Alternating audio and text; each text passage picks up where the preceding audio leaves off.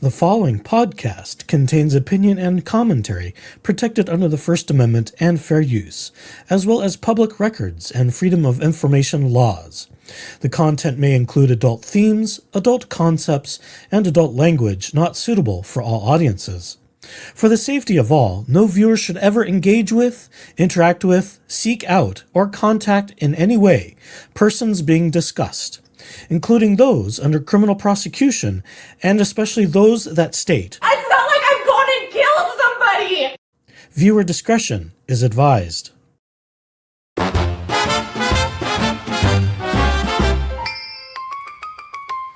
We've got the best seats way up high, where the egos fall and the jokes can fly. We've seen it all, the triumphs, the flops, and we'll clap real slow when the curtain drops.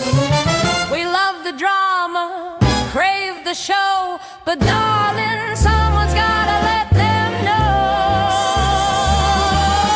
we're two snarky gay bitches, serving truth from the start, with a wink, a drink, and no filter at all. From curtain rise to curtain call, we'll roast your fave, we'll drag them all. Two snarky gay bitches, and we're having a ball. Your monologue's tragic, your timing's a wreck, your costume's screaming, ooh, cut the check.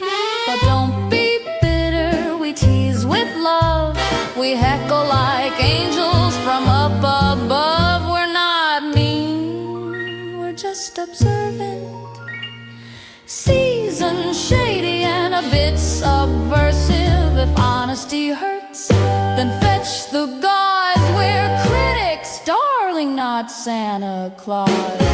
We're two snarky gay bitches, high on sass and applause.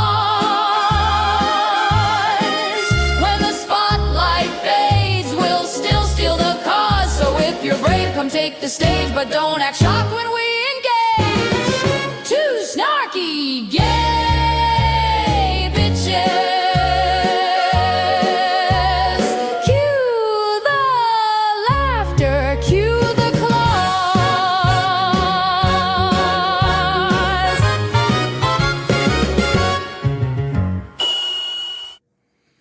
Yes, indeed, there are two snarky gay bitches, but I'm not going to bring in the... Well, he could add himself if he wanted. Should we test that? Should we see if the damn thing works that way? I've made the mistake. Oh, he's not there yet. Maybe he can't do everything. Oh, there you go. I can do a couple things. Oh, you can do a couple things. I just got to push the little buttons, and you don't know what they do until you push. I have no idea, so I'm just going to keep mashing buttons until, I don't know, everything tips over, and then I don't give a shit. Hi, everybody! I hate to tell you, that is the secret of YouTube. You just smash the damn buttons until you get what you want. Mm-hmm. And speaking of smashing buttons,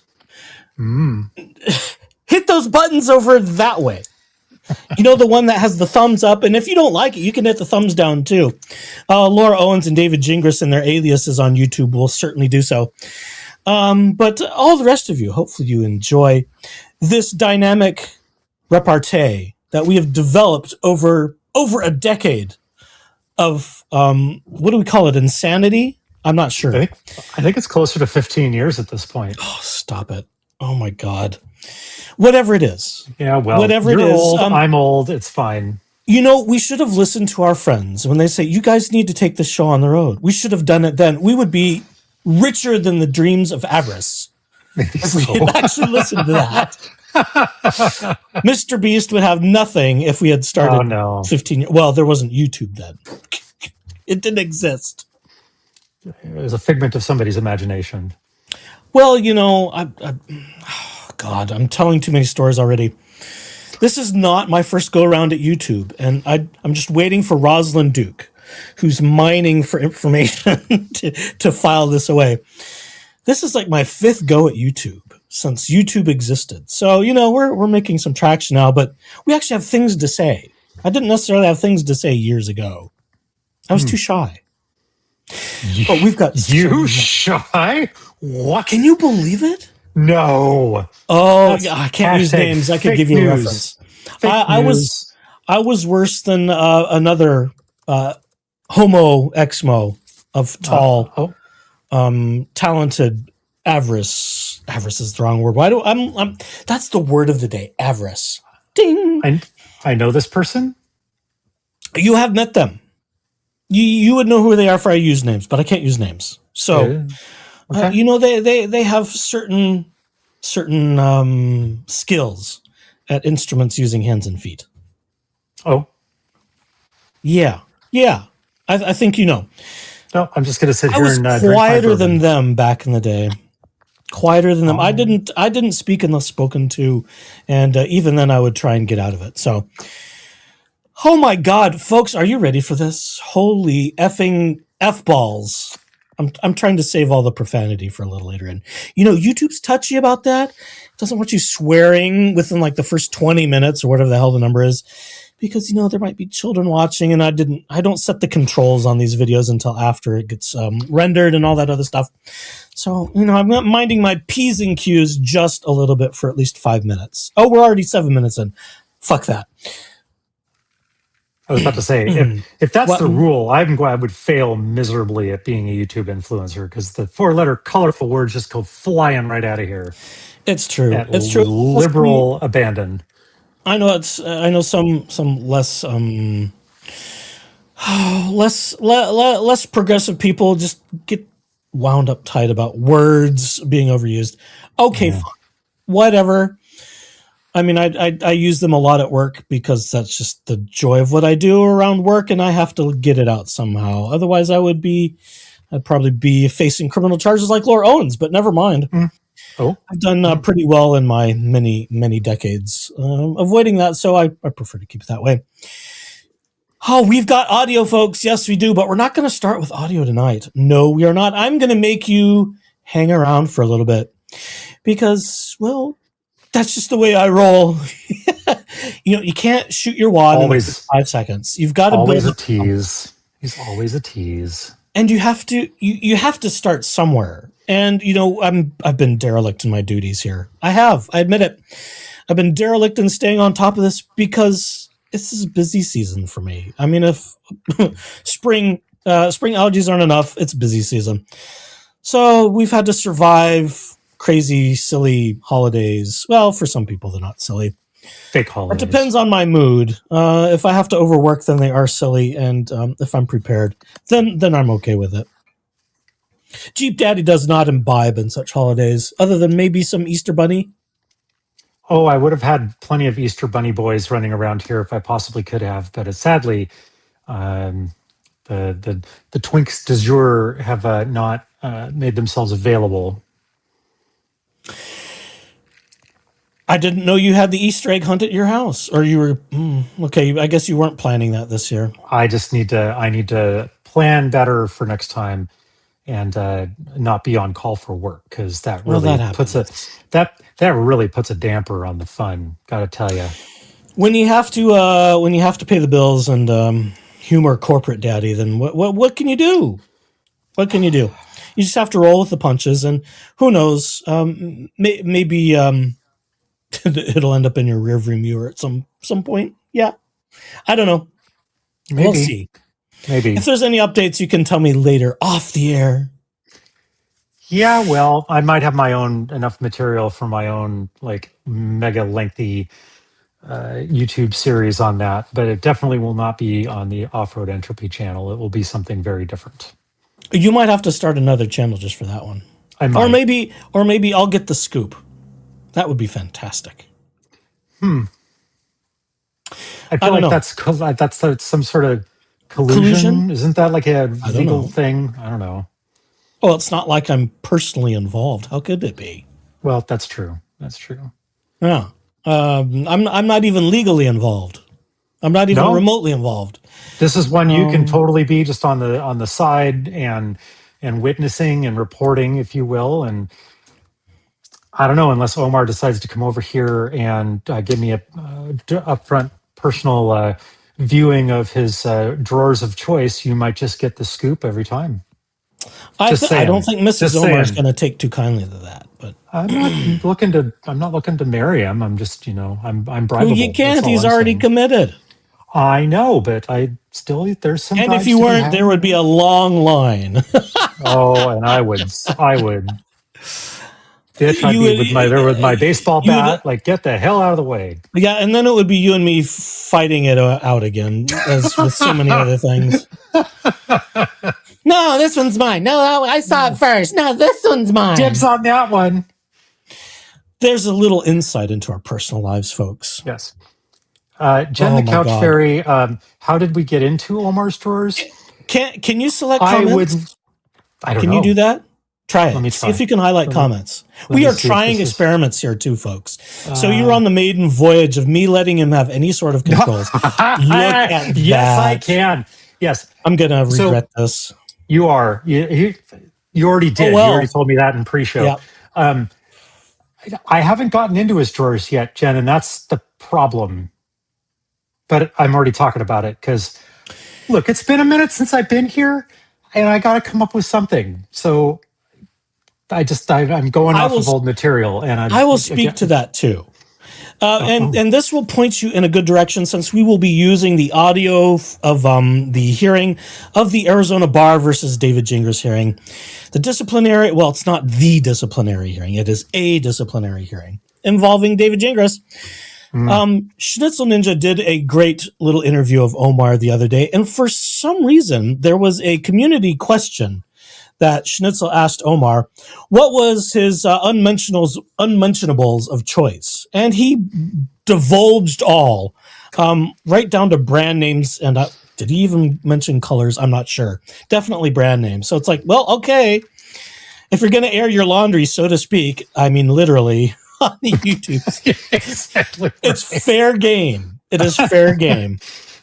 So Jeep Daddy, not unlike myself, just kind of latched onto that image in so many ways, but it's his own fault. He said it. He answered the question. Yeah.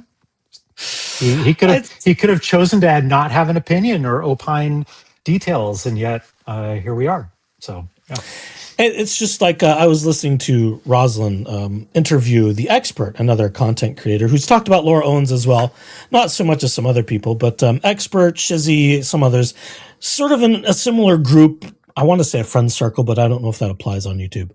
But she interviewed him, and he says, "Well, I'm not wearing pants right now." I'm like, "Oh, well, where's the questions about what is going on over here?"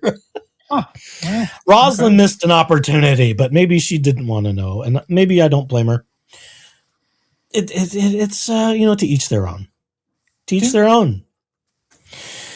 Golly, where do we begin tonight? Well, let's begin here.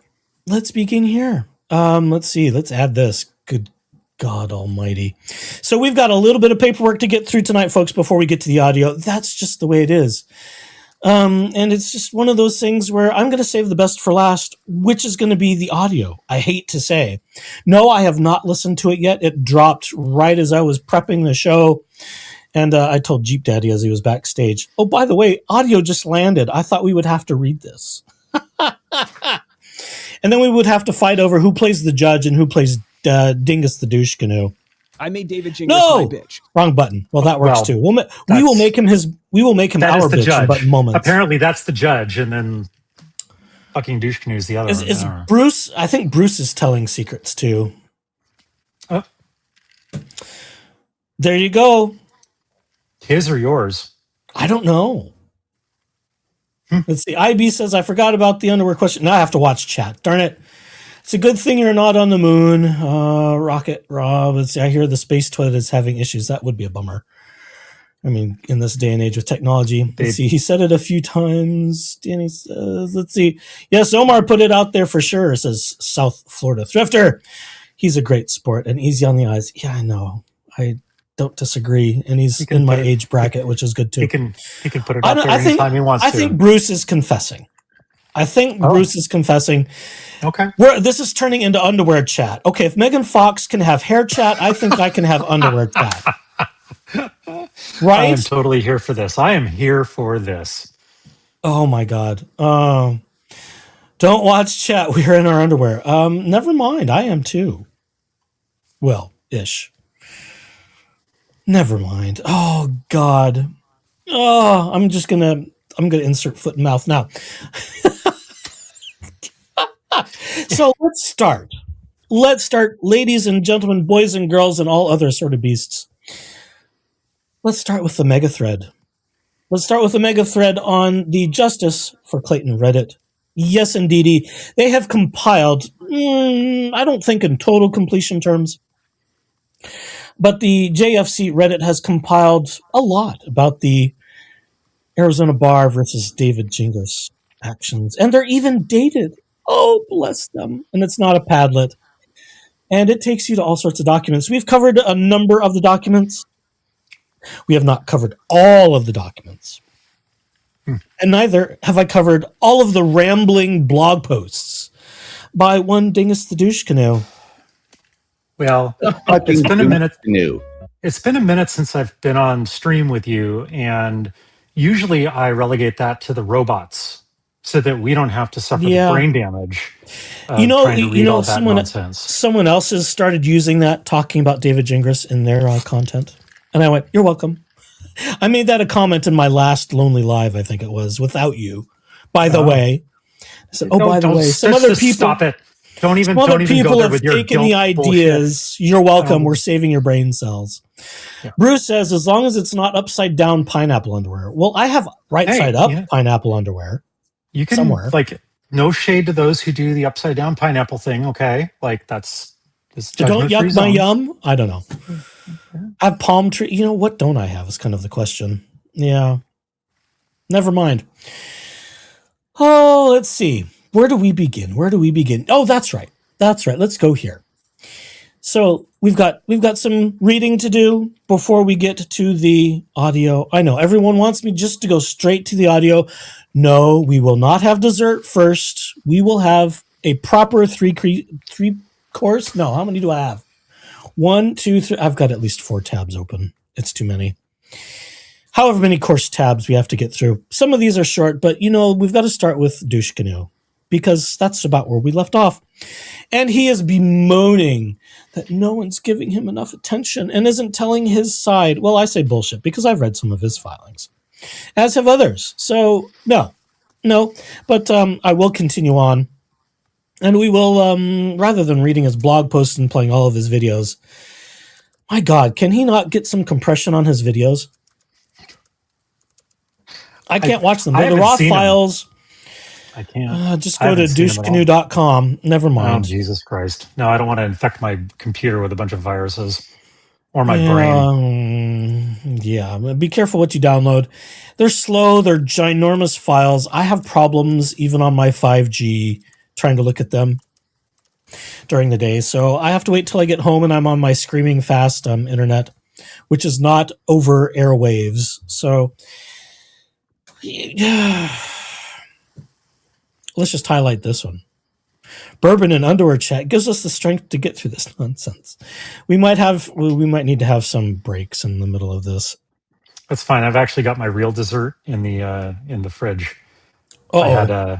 I had Indian chicken nuggets. You tease. You accused me of being a tease. Now you're teasing me. How dare you, sir? You're welcome. How dare you? Gosh, we haven't crossed paths in like a month, and you're already just going full tilt. How you have forgotten? But yes, please, let's continue with this. Let's be honest nonsense here. Yes, this is from David, and it's the reply in support of respondents' motion to compel subpoena to Judge Julie Mata. And for those of you who are still catching up, this is the back and forth. David Gingras has been in a war of words with the Arizona bar. Oh, the bar isn't following the law. Oh, the bar isn't following the rules. Well, he gets on his blog and says, well, I like to follow the rules. And yet here he is being brought up on bar disciplinary and ethics charges. If you do, I don't know how you get written up for that. Go figure. So this is one of his long ones. Brace yourself, folks. Get your beverage primed. If you need to get out the insulin pump, get that ready too, because this one has a little bit of length. Everything after the fact is fairly short. So we're going to take turns reading. Do you want to start off or shall I? Oh, I'll go ahead and get everything started since I've already tortured you with my commentary. So I'll just go ahead. But before you do, Danny asks, is this the transcript from the teleconference? No, Danny, this is not. We are saving the real audio from the hearing, the teleconference, for which I do have a transcript and which I advertised last night. But barely an hour ago, Schnitzel Ninja and the Justice for Clayton YouTube posted the actual audio from the hearing. How they got it, I don't know, but it was miraculous and fast because the hearing only happened yesterday afternoon.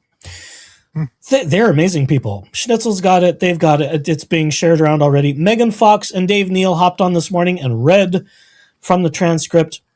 But we have the genuine audio, and that's what we shall use this evening. Oh, my God. Oh, my God. Hey, Rob says the audio is much better to play. Yes. You know, we don't mind a little acting here when necessary, but when we've got the real McCoy, we will use the real McCoy because that's just how I roll. Okay, who is starting, me or you? I think I'm starting. Okay, get it over with. All right. 1, introduction. Let's be honest. One side, in this case, is telling the truth. One side is not. How does the court know which side to believe? I love the opening sentence. I just hate the way that whole thing starts. But we start a pleading with "Let's be honest." Yeah, sir, are you a professional or not? Let's. How about you try that first, sir? So anyway, answering that question requires evidence. Respondent, who knows the answer, seeks evidence that will prove this point conclusively for the court. That anyone involved in this process advocates concealing the truth is deeply disturbing. Would you please scroll down so I can keep reading? Thank you. You always hate it when I pre-scroll, so I'm just going to wait for you. Oh, okay. Well, I'll just bark orders at you then. That's fine. Well, you're used to that. Firmly reject that result. Yes, and you're used to being snarky, bitchy back to me, so this is going to work out just fine. I know. See, just imagine how much people have missed us. I know. I missed y'all too. We miss them too. I know. My weeks have not been complete. Look, I would much rather be here doing this than serving corporate daddy, because corporate daddy's kind of an asshole. So this is much more fun. Oh my God! I need a button that said "Corporate Daddy's trying to make me their bitch." Sort of like the opposite of what the hell is it? Where is it? I've got too many buttons. I made David Gingras my bitch. The opposite of that one. Oh yes, yeah. Anywho's, okay. So this court should firmly reject that result. All right, cool. So here's the real question: did a judge break the law, and is she now fighting conceal her misconduct? Okay, great sentence usage there. We expect judges to hold themselves to the highest degree of ethical conduct, but history shows this is not always the case. Judges are human beings like everyone else. Judges sometimes make mistakes. That happened in reprimand of Judge B. Carlton Terry Jr., North Carolina Judicial Standards Commission Inquiry number blah, blah, blah, a copy of which is attached as Exhibit A. The facts of Terry are strikingly similar to the alleged misconduct of Judge Julia Amata in Owens v. Eckerd. And he links a lovely little PDF file there. Read at your leisure. Like Owens, Terry involved a family court matter. The assigned judge, Honorable Carlton Terry, posted comments about the case on Facebook. And he also, quote, used the internet site Google, unquote, to find information about a party's photography business, unquote. The judge also visited the website of a party and copied a poem from that party's website, which he recited at trial. Oh no, somebody used the Googles! Dun, dun, dun! Anyway, upon discovering these facts, a party moved to disqualify the judge, moved to vacate the judge's post-trial orders, and moved to have the case reassigned. Those requests were granted in their entirety. The North Carolina Judicial Standards Commission publicly reprimanded Judge Terry for his conduct, finding he committed multiple violations of the canons of judicial conduct, including by conducting, quote, conducting an independent ex parte online research about party about a party presently before the court, unquote, and by having ex parte discussions about the case. The commission found the judge's actions were prejudicial to the administration of justice that brings the judicial office into disrepute. Unfortunately, Terry is hardly an outlier. Similar judicial misconduct occurred in State v. Emanuel, Arizona something 1989. In that case, a judge assigned to the criminal matter personally investigated the facts by conducting ex parte witness interviews before sentencing the defendant.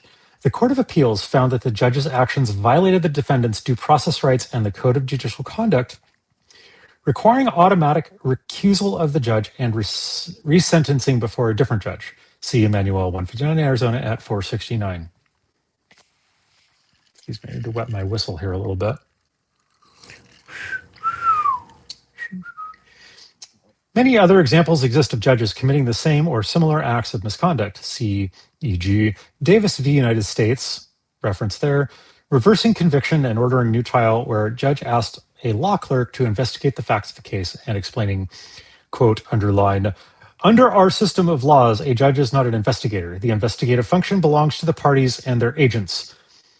And underline, I guess. Laudable goals and lofty purposes cannot be attained when the cost is the loss or even appearance of loss of judicial impartiality, unquote, emphasis added, citing Kennedy v. Great Atlantic and Pacific Tea Company, referencing, reversing conviction and ordering a new trial where a judge's law clerk personally visited the scene of the slip and fall accident, and the clerk later testified, about the outcome of his investigation.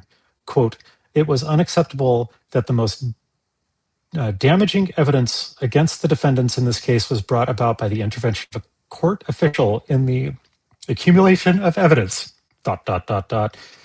It was the law clerk's duty, underlined, as much as that of the trial judge to avoid any context outside the record that might affect the outcome of litigation, brackets, unquote. And further explaining, quote, the law clerk's, quote, private view of an accident in litigation, unquote, was prohibited ex parte communication that violated the Code of Judicial Conduct. Emphasis added. State v. Dorsey, 701, blah, blah, blah, something 2005, ordering a new trial after a judge independently investigated facts of the case. Nothing such conduct constitutes a per se violation of due process, quote, underline, when a defendant has been deprived of an impartial judge, automatic reversal is required, ... This deprivation constituted a structural error which precludes harmless error analysis, ... unquote, emphasis added. Here, following a short 2-hour evidentiary hearing in Owens v. Eckerd, an exceptionally high-profile case followed by thousands of people on social media and personally attended by the judge's own father. Oh, here we go again. Jesus Christ. The trial judge, Julia Amata, issued a decision that contained a finding of fact which everyone concedes is 100% false. The issue is extremely important, so the finding in question is shown below. This order is Exhibit 103 to the respondent's request for judicial notice at page 10. Oh, Lord have mercy. Samantha Deans, MD, MPH. Dr. Samantha Deans, MD, MPH. Reviewed. You don't have to read all of it. Thank you. Thank you for sparing me. I will go to the highlighted section. His colorful, highlighted, inserted stuff that's not in black and white, as per the rules of the bar. We'll talk about that in a minute. Well, or several. Okay. He got his pee-pee slapped. Well, maybe he liked it. Okay, the highlighted section here of this, she further testified that Planned Parenthood is not open on Sundays when petitioner testified she sought care July 2nd, 2023.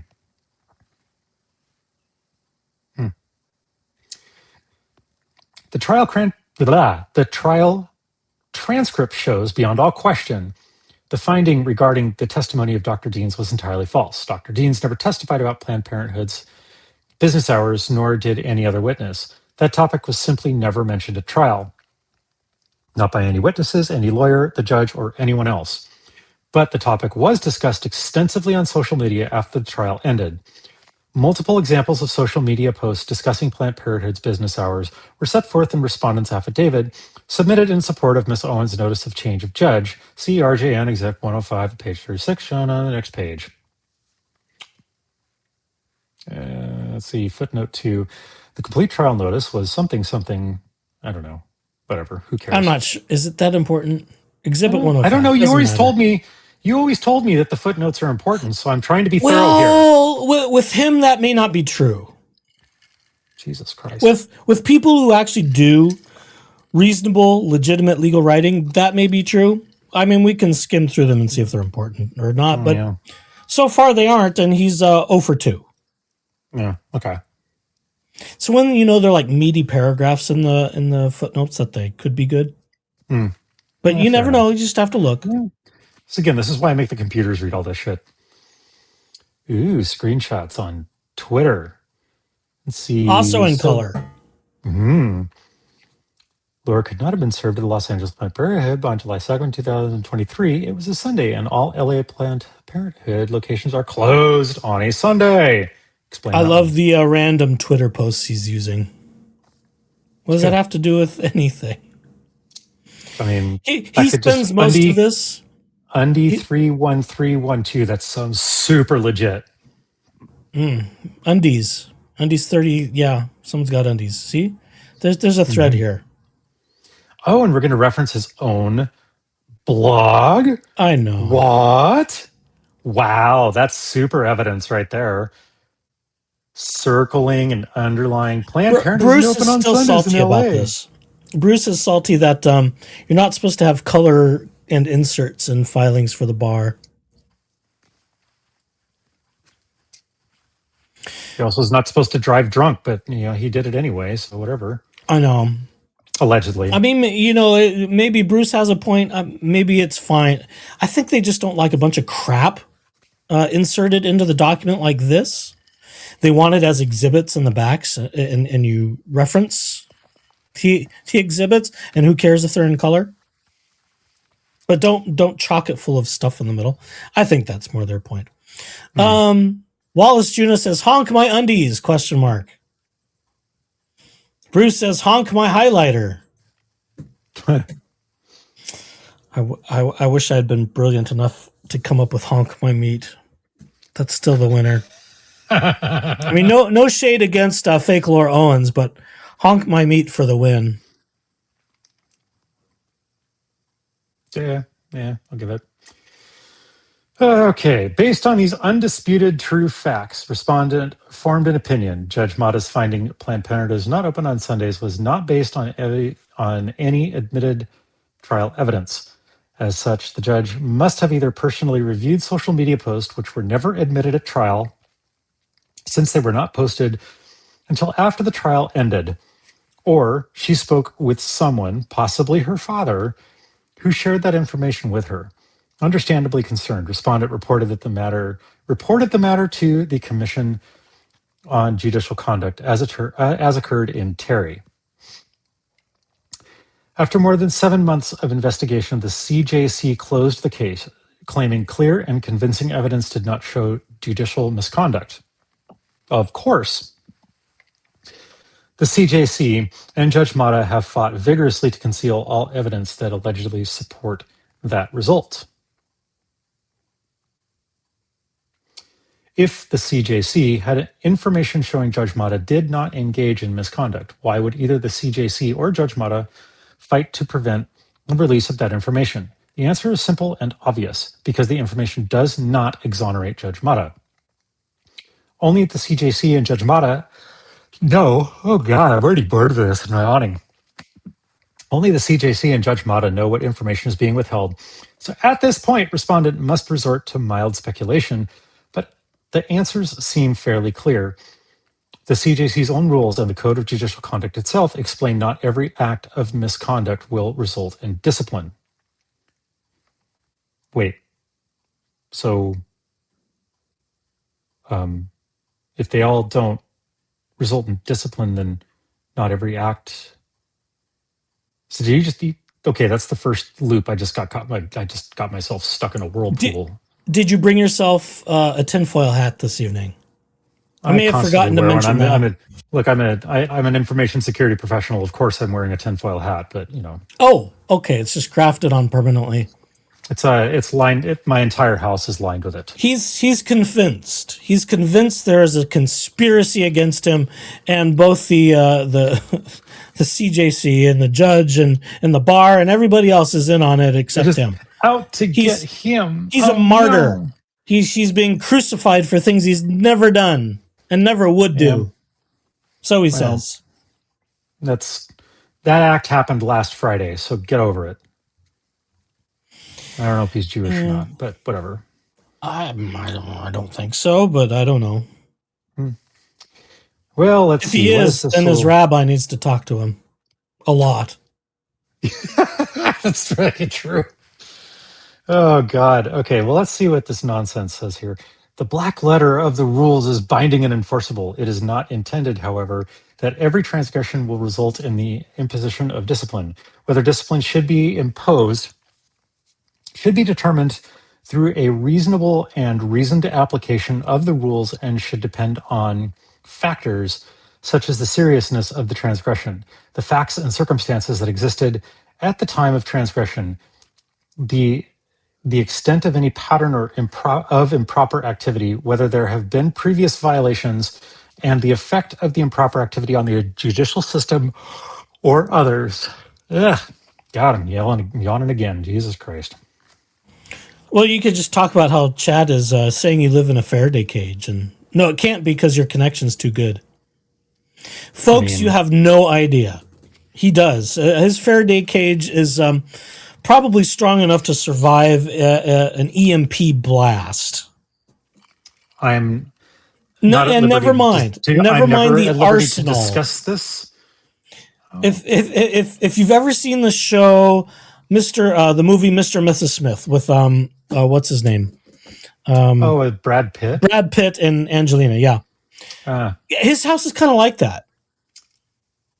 Kind of like that. That's about all I can say without having a couple black vans show up at my front door. Uh-oh, I'm in trouble. This is out of control, okay? Go get him. Okay. Take me to your leader.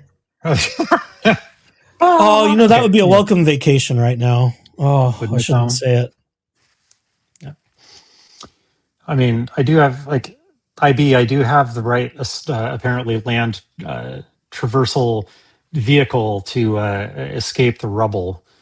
I'll just air the tires down and we'll crawl over all the buildings and off we go. It's frightening. Okay.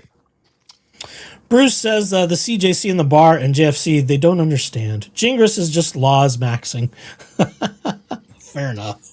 Is this like the legal version of vibe coding? It could be. But it's not very good. I feel like this is like vibe legaling, vibe attorneying. Oh, it's a weird way of legal mansplaining. Yeah. Oh my God. Shall I pick up the torch? Yeah, please go. We're at the 25% mark. Let me power through a few pages. Go for it. I'll try not to cough and hack and use my allergies in everybody's ear because it is springtime, and despite the number of HEPA filters I live with, you can only filter out so much. There's only so much you can do. I was also hearing from Expert on Rosalind Duke's channel today that I think it was him, or was it somebody else? Oh God, I watched too much stuff during the workday about switching to UV filtering and all the stuff it pulls out. And I went, I thought about that, and I poo-pooed it because it's so expensive. Lost opportunities again. Oh, Bruce also wants to know secrets. If you live in a Faraday cage, he says. A Faraday phage? A veritable cage of Faradays? A Faraday phage. That sounds like something from DS9. Yeah, maybe. The phage is here. The phage. Wasn't that a thing?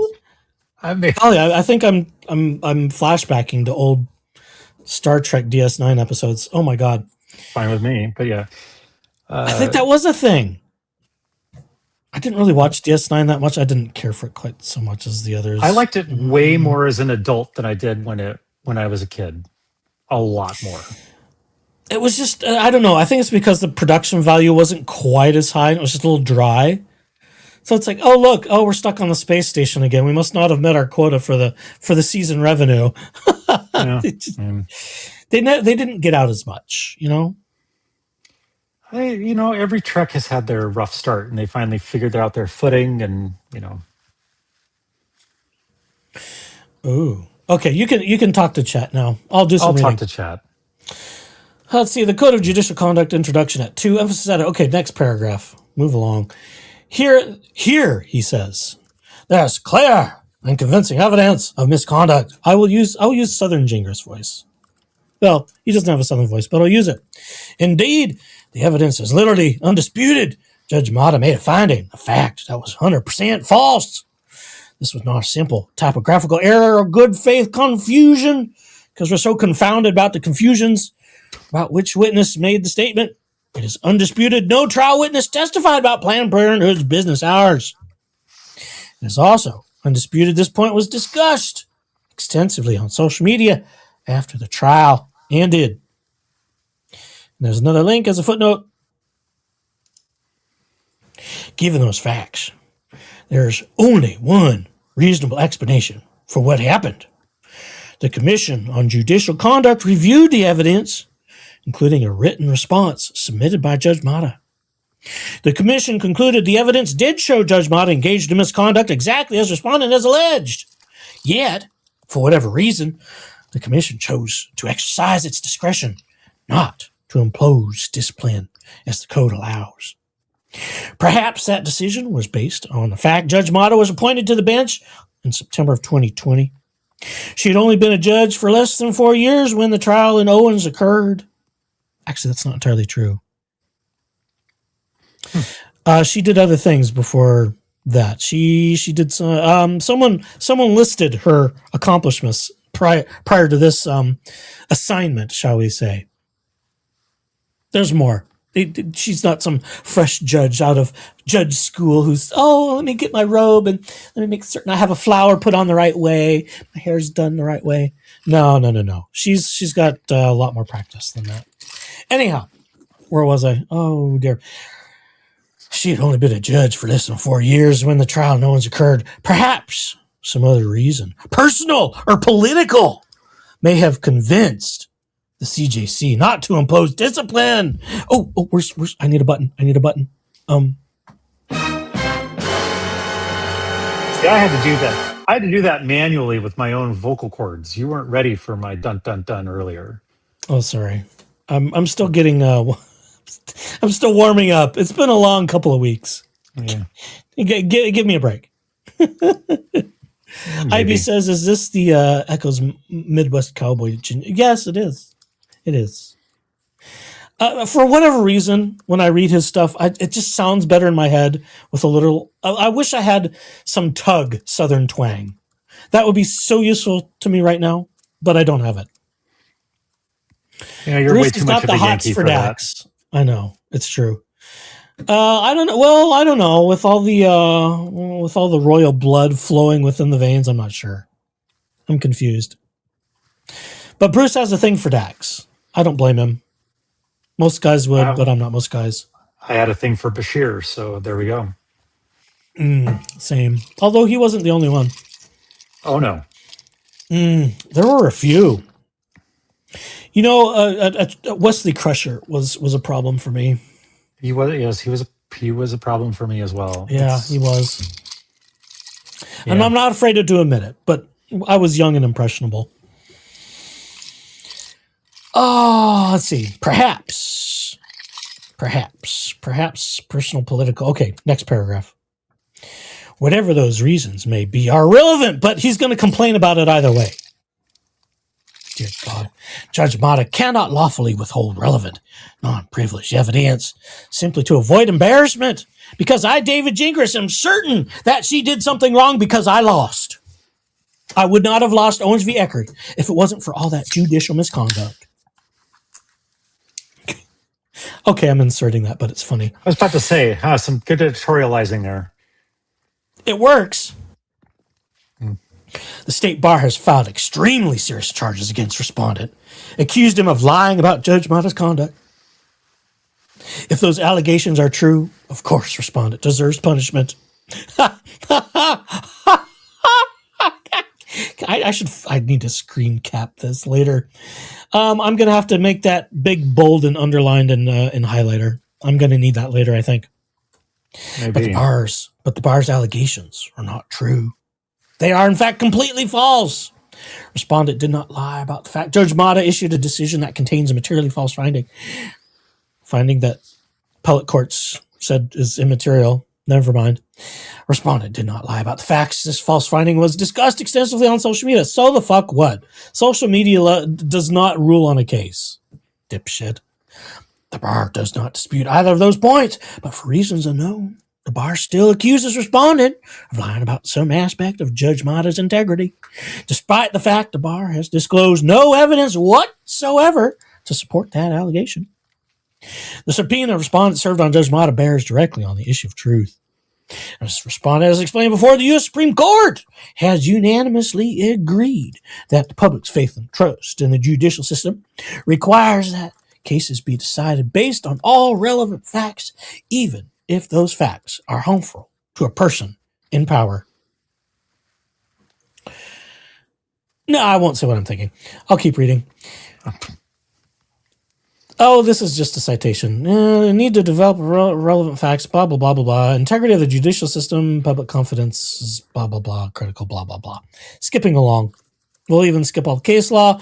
You can dig it up for yourselves and form your own conclusions if you so choose. The law is clear. Respondent is entitled to obtain all relevant, non-privileged evidence. The subpoena served on Judge Mata seeks nothing more than relevant, non-privileged evidence. This court is bound by these rules. Thus, the court has only one choice. It must grant respondent's motion to compel and deny Judge Mata's motion to quash, so that the truth may finally come to light. He should have been a televangelist.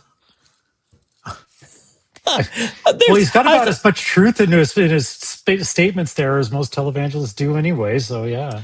I sense he could have a successful career. Well, feel free to continue to read this with a proper televangelist inflection and it works. Cadence. Yeah, maybe I'm channeling my inner... It's not Billy Graham. He wasn't so twangy. Who am I thinking? Well, probably the Joel Osteens of the world, or... Joel Osteen doesn't have much of a twang either. No. He's too Midwest. God. What was... Yeah, I'm trying to think of what one of them old... Like, I could picture him in my head. And he's like this average, like, gray or white-haired, round white dude that, like sweats when he talks, but he's just like, and I say it unto the Lord. Not even Pat Robertson had much twang. Anyhow, I digress. As we are wont to do. Judge Mata raises no valid objections. A motion to compel is not premature. As a starting point, Judge Mata argues respondent's motion to compel is premature. Premature. I don't know. How would they say that? Because she has not failed to comply with any court orders, nor has Judge Mata indicated she will do so. End quote. In other words, Judge Mata appears to contend a party may only move to compel after a court has ordered compliance. Thus, until Judge Mata refuses to obey a lawful court order, a motion to compel is not right for consideration. Citation.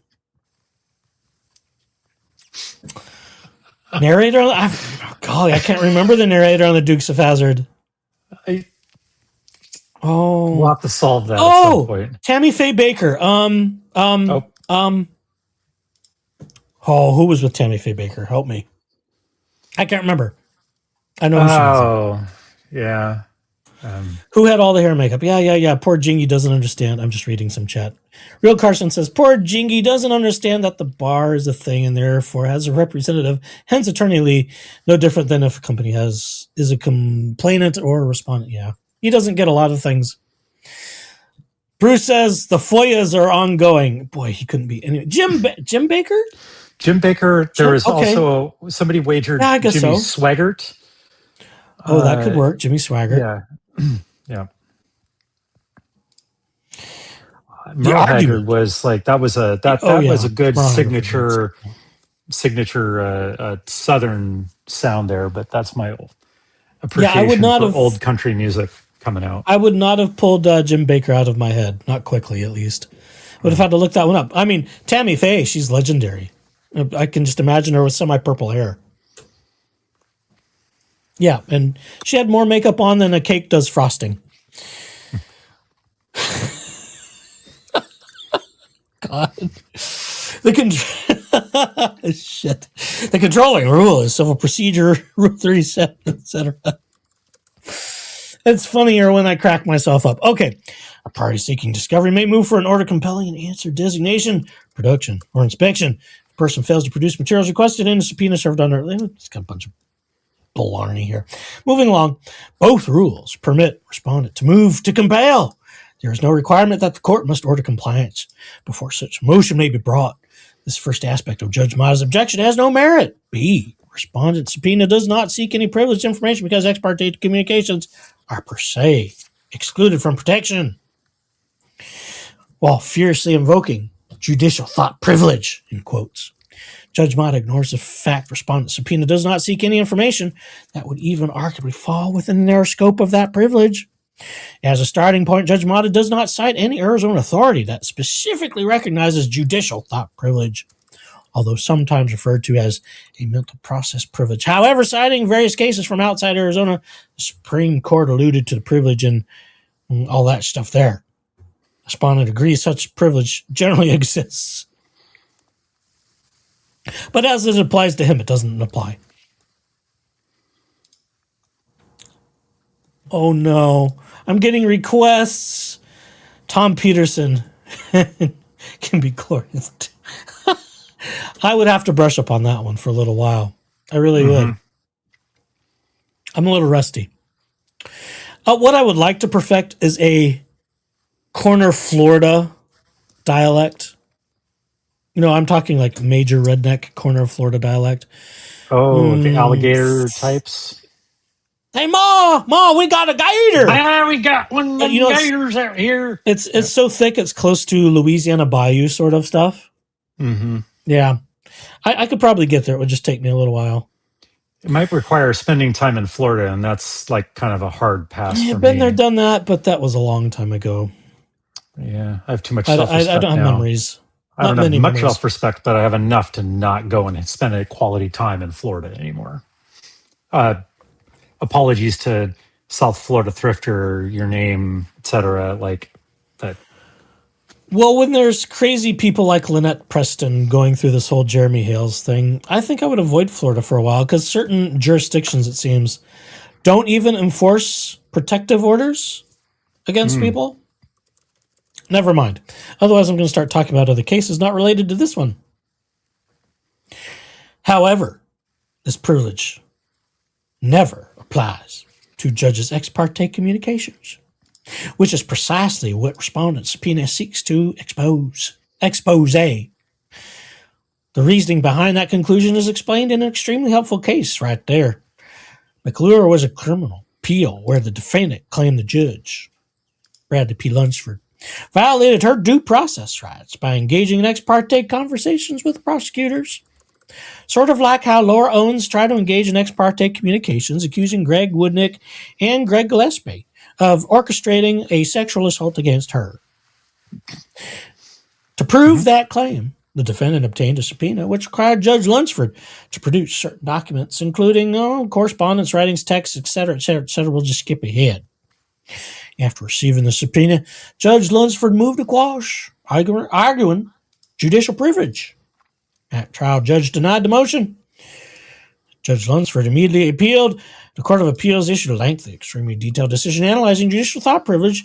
As an initial point, it noted our courts have long recognized that judges may not be compelled to testify regarding their thought processes in reaching official judgments. But The Court of Appeals explained judicial privilege does not, by definition, protect ex parte communications with others. And there's a whole bunch of text, which let's just skip through a little bit. Because, we're just going to stick to his ramblings for right now.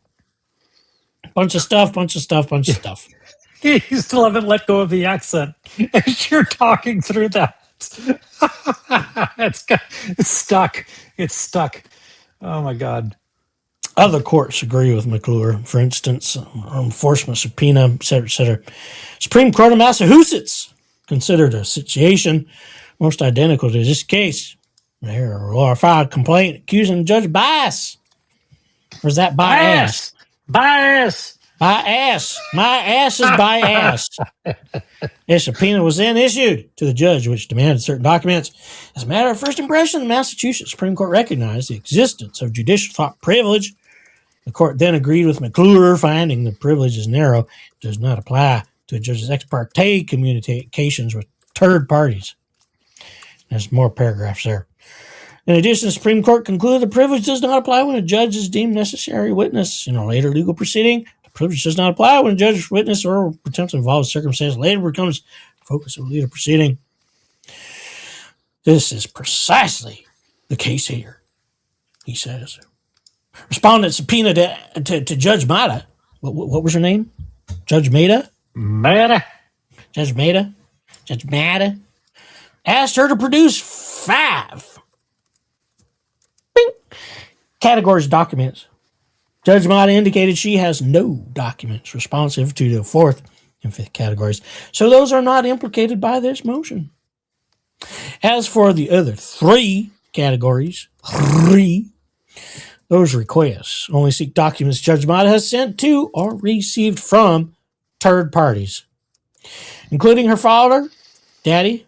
That's Daddy How? Or Howdy Doody Dow? Whatever. Not this daddy. Including her father, the Commission on Judicial Conduct. Exactly as the court held in McClure, by definition, judicial thought privilege cannot and does not protect Judge Maida's communication with third parties. Because respondent subpoena seeks only documents which are, by definition, non-privileged. Judge Maida's privilege objection has no merits. I need nothing to do what I do. That's how good I am. I thought I would just insert that. See, folks, you know what? While we're at page 13. We're over halfway. When one lives a repressive life in a controlling religious cult, you find avenues for expression. You are the recipients and the beneficiaries of said repressive thought. And in fairness, duly encouraged by therapists around the world. Yeah, but one of the two of us actually learned how to drink. So what does that mean? That means you like the taste of gasoline. It does taste good. Bourbon tastes good. I have yet to find that key. I may never, and I'm okay with that. It'll keep me out of trouble, and it will keep me from having DUI body cam footage of me getting a DUI like David Gingras. You stay in my guest room, and then you don't have to worry about that. I'd be wondering if we'll get to the audio before she has to go to bed. I don't know, IB. That depends on your bedtime. You just need got to stop at don't drive like a grandma, and you'll make it home fine. We've got 11 more pages. You. He didn't drive like a grandma, and that was his problem. Well, yeah. We'll skip some more. Because no privilege applies to any documents respondent is seeking, it is not necessary to decide whether the privilege is waived. The reason I'm reading all this, folks, is because a lot of this has bearing on the hearing because they're talking about these things. So I didn't want to just dive into the hearing and the audio therein without getting a little bit more caught up. So this is the catching up part. Sorry. It'll still be there. I promise. Even if you go to bed, you can always wake up. I don't mind replay crew. I will not be heartbroken by replay crew. So you're always welcome to come back and enjoy and imbibe religiously later as your circumstance so desires or requires. Sure. Judge Mata implicitly waived the privilege by speaking to bar counsel because she talked to anybody at all other than David Gingras, that being me. She waived her rights to being silent. Providing information which the bar intends to use as a sword against respondent. Oh dear, a sword. Swing. I don't have any swing noises. Damn it. Next time. This presents a textbook example of waiver simply because it would be so patently unfair to me to allow Judge Mata to provide favorable testimony to the bar while simultaneously allowing her to refuse to give information that would be favorable to me, Dingus the douche canoe. The fucking douche canoe. Hoping to put the toothpaste back in the tube, Judge Mata cites Robert v. Baird, blah, blah, blah, for the principle that waiver must be a knowing and voluntary relinquishment. That case involved an issue of attorney-client privilege, not judicial thought privilege. Due to the extremely unique facts of this case, in which malpractice defendant represented plaintiff in an initial transaction and later sought to discover, based on its defense's privileged information related to plaintiff's representation by separate counsel in litigation arising from the transaction, end quote. Appeals found the privilege was not waived. That finding was based on the fact that privilege information was not placed in dispute by the privilege holder. It's like a placeholder, but privilege holder. It's like when I reach down and grab my junk, that's a privilege holder. At the same time, the Court of Appeals clearly explained, waiver occurs only when the party seeks to use protected information as both a sword and shield. Touchstone for implied waiver is whether the protected information is inherently relevant to the privilege holder's theory of the case. Here, assuming respondent, that's me, was seeking information covered by judicial thought privilege. Judge Mata, the holder of that privilege, implicitly waived it when she spoke bar counsel. Why is this repeated again? Well, he is long-winded and, kind of just blah, blah, blah, blah. So, Yes, and consonants are becoming optional. I think it sounds better with a bit of slurred speech. I think it could be more of a natural state of being, but that's just my opinion. Maybe. You don't get DUIs by not being inebriated. I'm just saying. And if we were to talk about the manic postings, which have happened voluminously in the last few weeks, the manic posting has to be fueled by something. And at some point, dopamine levels and all those other things, all the serotonin levels have to crash out and reach a point of reset and re-equilibrium. So, I don't know. Reach your own conclusions. I'm eventually going to send my robot minions off to those blog entries and have the summary like I did on one of our last live Oh my God, they might revolt. They might revolt. They might. I might just get kick banned from that platform, but thank God there's others that can just oh, fuck it, I'll just subscribe to the next one and torture it too. It's fine. Yes. We'll skip a little more. Search and investigation must have included interviewing Judge Mata to determine whether the respondent's criticism of her was false. In that situation, Judge Mata waived any privilege that would otherwise have been applied because she voluntarily disclosed information to the bar. She wasn't sworn to solemn celibacy of thought and speech. She can't say a word to nobody. I added that too. Moving ahead, we'll just skip through stuff. Skipping. To the extent she addresses this issue at all. Judge Mata suggests judicial privilege is an absolute in the same sense as a different form of privilege, litigation privilege. Apparently, Judge Mata argues that an absolute litigation privilege means the judicial privilege is not waivable. This argument is not well taken because I, David Gingras, the douche canoe. The fucking douche canoe. I'm upset by that. Arizona law recognizes statements made during litigation are protected by an absolute privilege known as litigation privilege. This means privilege means that a lawyer or witness cannot be sued for defamation based on statements made in court or pre-litigation correspondence, which is why I had Laura bare her soul, her ever-living soul, in front of Judge Mata, in front of Clayton Eckert, so we could say all those nasty things about him on the record. This privilege is absolute in the sense that as long as a statement is made within the scope of litigation, a statement is protected regardless whether the speaker knew it was true or false. Litigation privilege protects judge, parties, lawyers, witnesses, jurors. Defense is absolute in that the speaker's motive, purpose, or reasonableness in uttering false statement do not affect the defense. You keep up this Southern nonsense. I'm going to excuse myself to go get my custard dessert because all the chat right now is just like making me want my mango custard dessert. Oh, fine. Go ahead. Get your sugar And, rush while I I'm continue just, to work here. you'll just do your thing and I'll be back and Oh, I will. I'll invite myself back into the stage later. Well, we'll just kick him out right now. We'll just.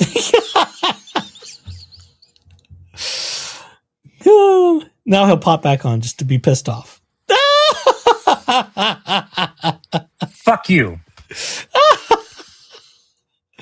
But even absolute nature, this litigation privilege has its limits. For instance, the privilege does not apply to statements made to the media, because I, David Gingras, declare it so. Publication in news media lacks sufficient relationship to judicial proceedings. It should not be protected by an absolute privilege. Here, even assuming judicial thought privilege is absolute in the same way as litigation privilege, the argument does not help Judge Mata. By disclosing helpful information to the State Bar, Judge Mata waived any privilege that would otherwise have applied. But as noted above, literally none of the information requested by response subpoena falls within privilege.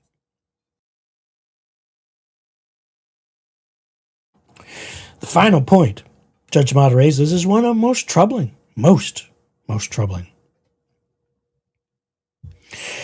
Because it appears to be intentionally and actively deceptive.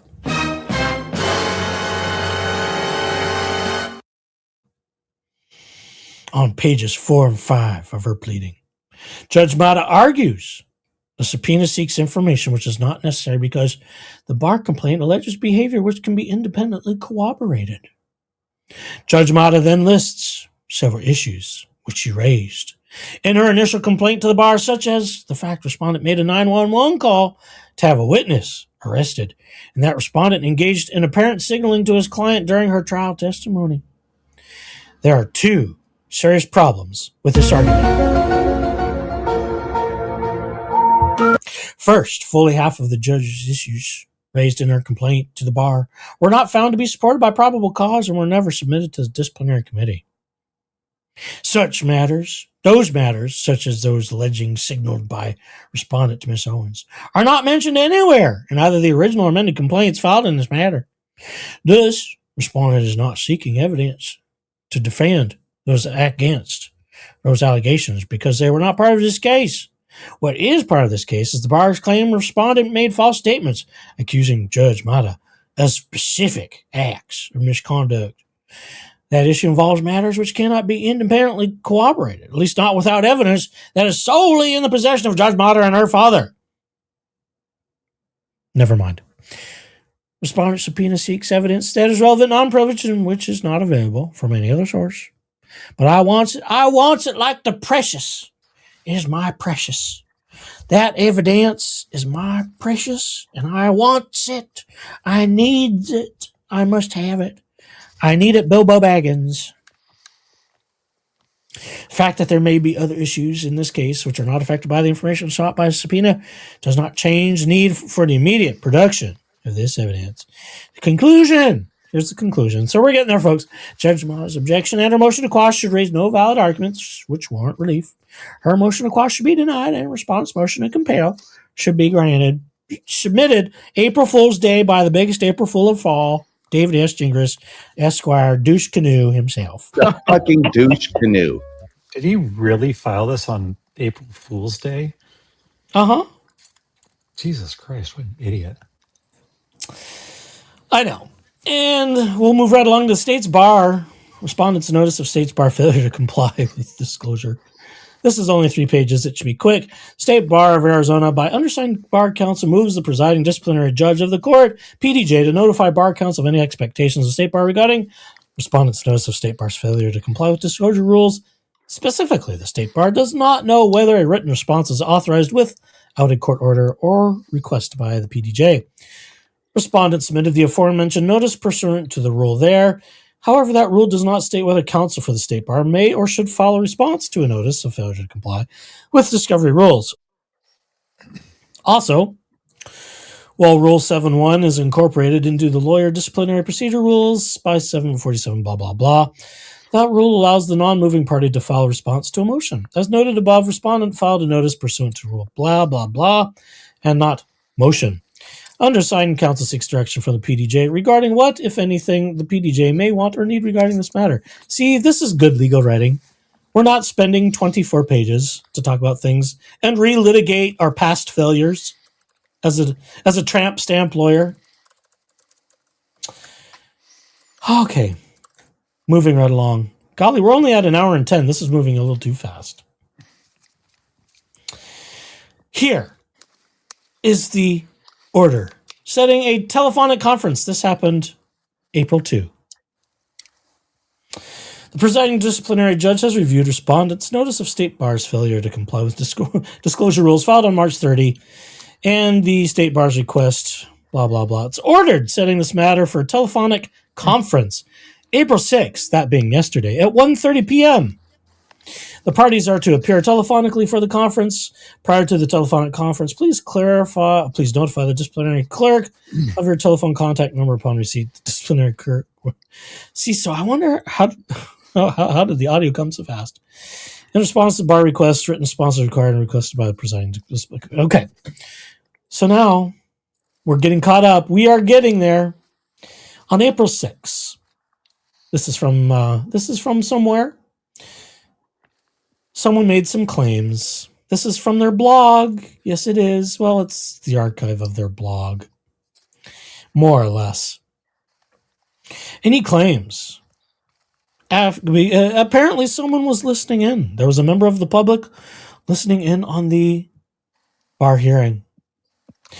And when the JFC Instagram, I think it could have been the JFC person Instagram, who may have been listening to the bar, they made a Instagram press release, sort of breaking news. Per a source, David Gingras' motion to seek to compel the Bar of Arizona to release records of their communications with Judge Mata has been denied. In today's hearing, presiding Judge Vandenberg at the Arizona Supreme Court affirmed that Jim Lee is not a witness Gingras can question. Rather, he's an employee of the state bar. More notes will be forthcoming tonight. And what were to be the transcript notes from this hearing will now be replaced by audio. But we want to just kind of go through this douche canoe blog because he says, Monday Madness in the title, PDJ rules, but not as JFC claimed. And he is so casual with his referencing. Who is JFC? Well, what he means, I think, in this instance, is the JFC official Instagram, which he loathes and despises, as does Laura Owens, and for reasons I can't figure out, another Twitter profile that goes by JFC Truth Bombs. Go figure. And he claims, I wasn't going to do a video today, but then JFC lied about what happened. So, of course, I had to respond. And he claims, more JFC lies, part 978, 236. And we have a screen capture of that particular Instagram post. As I said in this video, the PDJ did not deny my motion to compel information from Judge Mata. That motion was not on the docket to discuss today. I think the judge probably will deny that motion. I should be using the voice, but the voice needs a break. And it will be immediately appealed when and if it does, but that did not happen today. Also, I haven't filed any motion seeking to compel documents from the bar. I certainly can do later. That issue is premature. Unlike Woodnick, I'm just going to skip a little bit. Unlike Woodnick, I know you cannot move to compel information that you never asked for in discovery. I mean, he can't help but make his digs.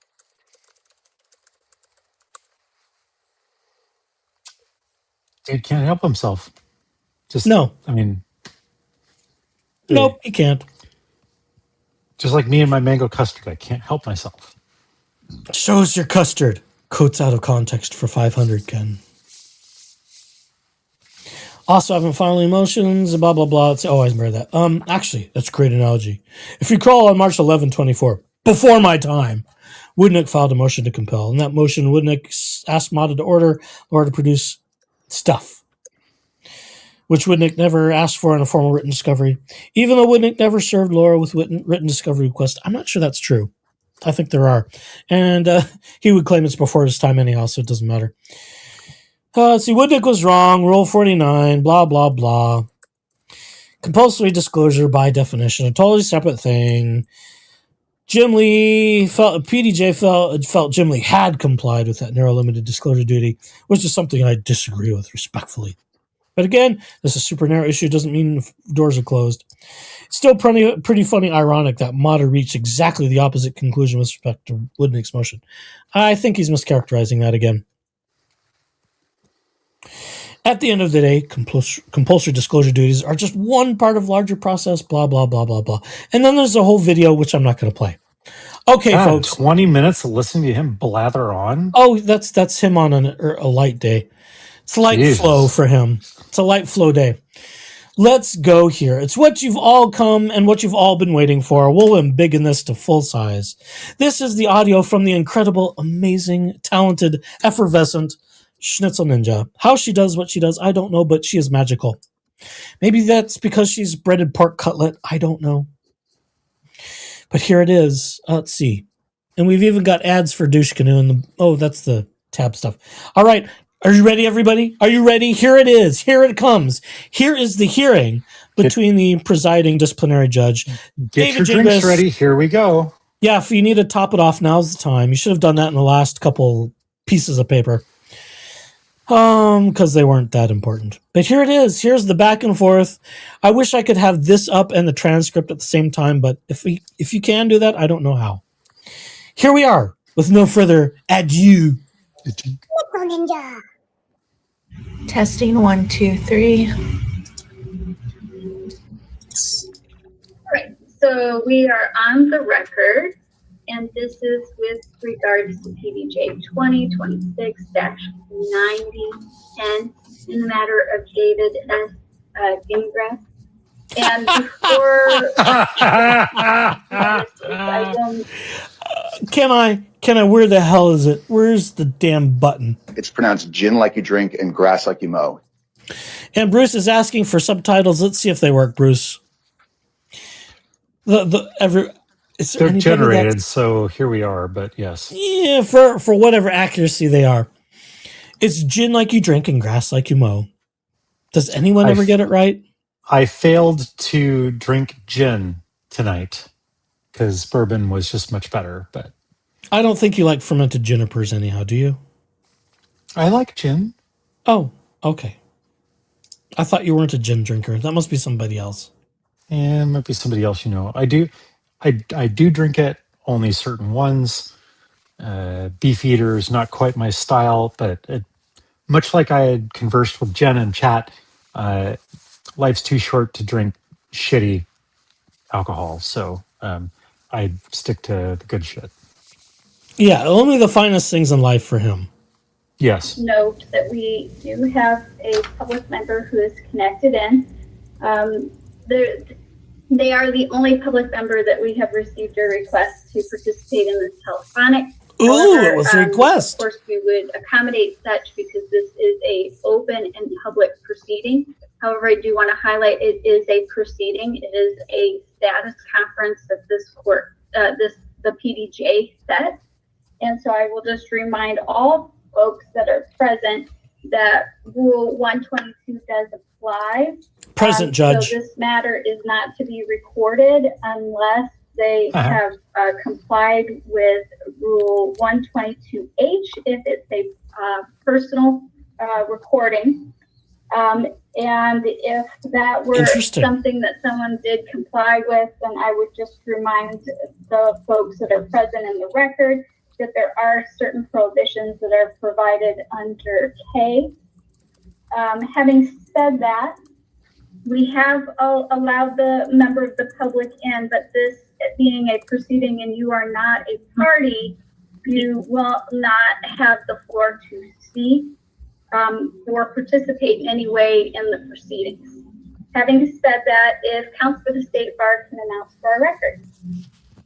James Lee, Senior Bar Counsel for the State Bar of Arizona. Present with me also Senior Bar Counsel Craig Henley. Thank you. And then respondent. Good afternoon, Your Honor. This is David Gingras. Thank you. So Mr. Gingras has had filed a notice, and that's a notice State Bar's failure to comply with disclosure rules. That was filed on March 30th. The State Bar did file a request for clarification on response requested or required, and that was filed on April 1st. The disciplinary clerk did then issue the order setting this telephonic, and it was set pursuant to the rule that respondent had identified in his motion, and that is Arizona Rule of Supreme Court 58F3, which does require that the court set a telephonic within 5 days. Having said that, I did review your notice, Mr. Gingras, and I'll start with you. I'm not sure that I see what it is that you think is missing from what you described the State Bar has provided you. So can you enlighten the record? Sure, Your Honor. So the issue deals with disclosure of Judge Mata's testimony. The State Bar has disclosed Judge Mata as a witness. What they have not done is disclose anything regarding the substance of her testimony. With respect to their specific allegations in the complaint that I made false statements about Judge Mata. The initial disclosure from the bar, which is on page 2 of my notice, says absolutely zero, nothing of any substance at all regarding these alleged false statements. They're not even referenced, other than to say Judge Mata will testify about the adverse impact of my posts about her. That doesn't tell me anything that she's going to say about, are these posts true? Are they false? There's nothing about the substance of her testimony on that issue. I then met and conferred with Mr. Lee about this. And as you can see on page 3 of my notice, the bar supplemented their disclosures to add at least something, which I've referred to as essentially a bare denial, that Judge Mata will testify that she didn't do anything that I accused her of. But then there's a really shocking, almost a footnote at the end of that paragraph that says bar counsel is attempting to confirm whether Judge Mata will in fact testify as stated. And I've characterized that as essentially admitting that bar counsel violated Rule 11 by making extremely serious allegations of misconduct against me without even talking to the only witness who could testify to that issue. Can we just talk about how much of a whiny bitch he is right here? Jesus, Mary and Joseph, like... I'm being persecuted, Your Honor, and the bar is saying all these things, and I'm not getting my way. My God. He's insufferable already, and we're barely a few minutes in. It's just outrageous. Is it alcohol fueled? Is it substance abuse fueled? Is it mental health fueled? Is it something else fueled? Is it carb overloading fueled? What is it? Yeah, it's just word vomit. The new Twinkie defense? Oh, God. Isn't that what Dan White used? Yes. It's exactly what he used. As we both take a sip.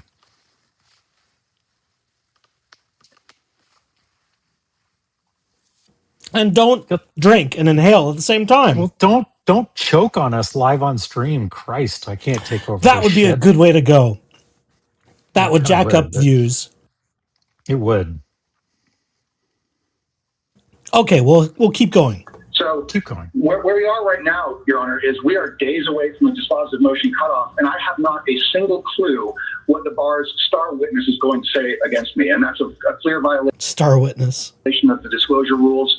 I have asked in my notice that you find the violation is willful and that you simply preclude Judge Mata from testifying, but that's not actually what I want, Your Honor. If you were to do that, basically that gives me a win, but a technical win, and I don't want a technical win. I want the truth to come out. What I said... Arrogant ass. He thinks everything that he gets is a win.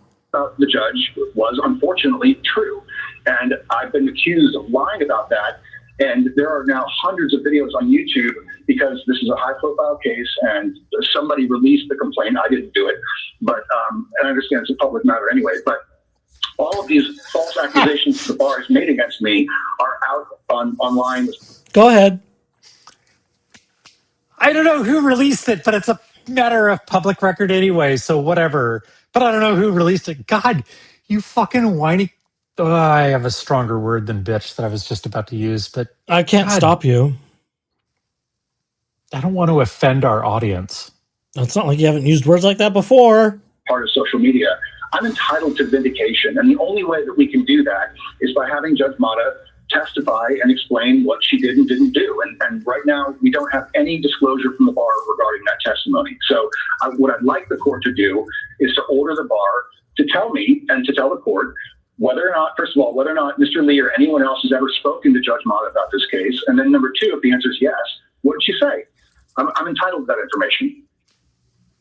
Well, I'm not sure that I embraced your argument. Having said that, let me turn to the State Bar. And so, Counsel Lee, because I'm assuming you're the one who's going to take the lead in response. It does not matter to me if it's you or Mr. Henley. But the notice, as far as what Mr. Gingras has just described, as far as the State Bar's providing notice with regards to Judge Mata and the testimony the State Bar expects to elicit, is there anything that you disagree with regards to what Mr. Gingras has said or put in his notice?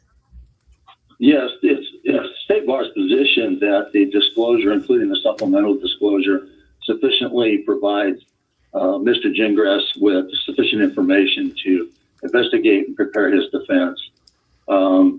His request for the information provided by Judge Mata to the bar is, in the State Bar's opinion, work product, except to the extent to which she's going to testify. My experience has been that the court does not typically require opposing parties to disclose every statement that a witness is going to make while on the stand, but sufficient detail and categories have been provided to Mr. Gingras in the supplemental disclosure statement. So we believe that that is sufficient. Well, I guess what I wanted to just make sure is, Mr. Gingras has I mean, even Jim Lee's getting it right. It's funny to hear just, Mr. Gingras. Oh my God. Injected certain portions of your pleading in his notice. And so I wanted to just clarify, you're not suggesting that he omitted things that you think were controlling or relevant with regards to the question before the PDJ currently, right? No, I believe, in fact, he has provided you with the entirety of the anticipated testimony that I included in the initial and supplemental disclosure statements. And I will just note that with regards to the indication of our counsel attempting to confer with Judge Mata, there are other pleadings that have been filed that does reflect that Judge Mata is being represented, and what those parties have, or that party has, or I guess just not a party, that on behalf of Judge Mata, whether or not there should be testimony with regards to Judge Mata, and that's something that's not yet before the PDJ. So I haven't made any rulings on that for today's purposes.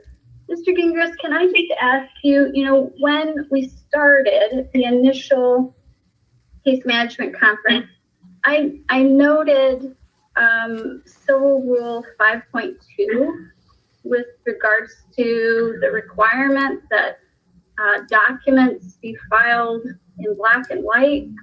And in the document that you've cited, your notice that's before me right now, you've used color.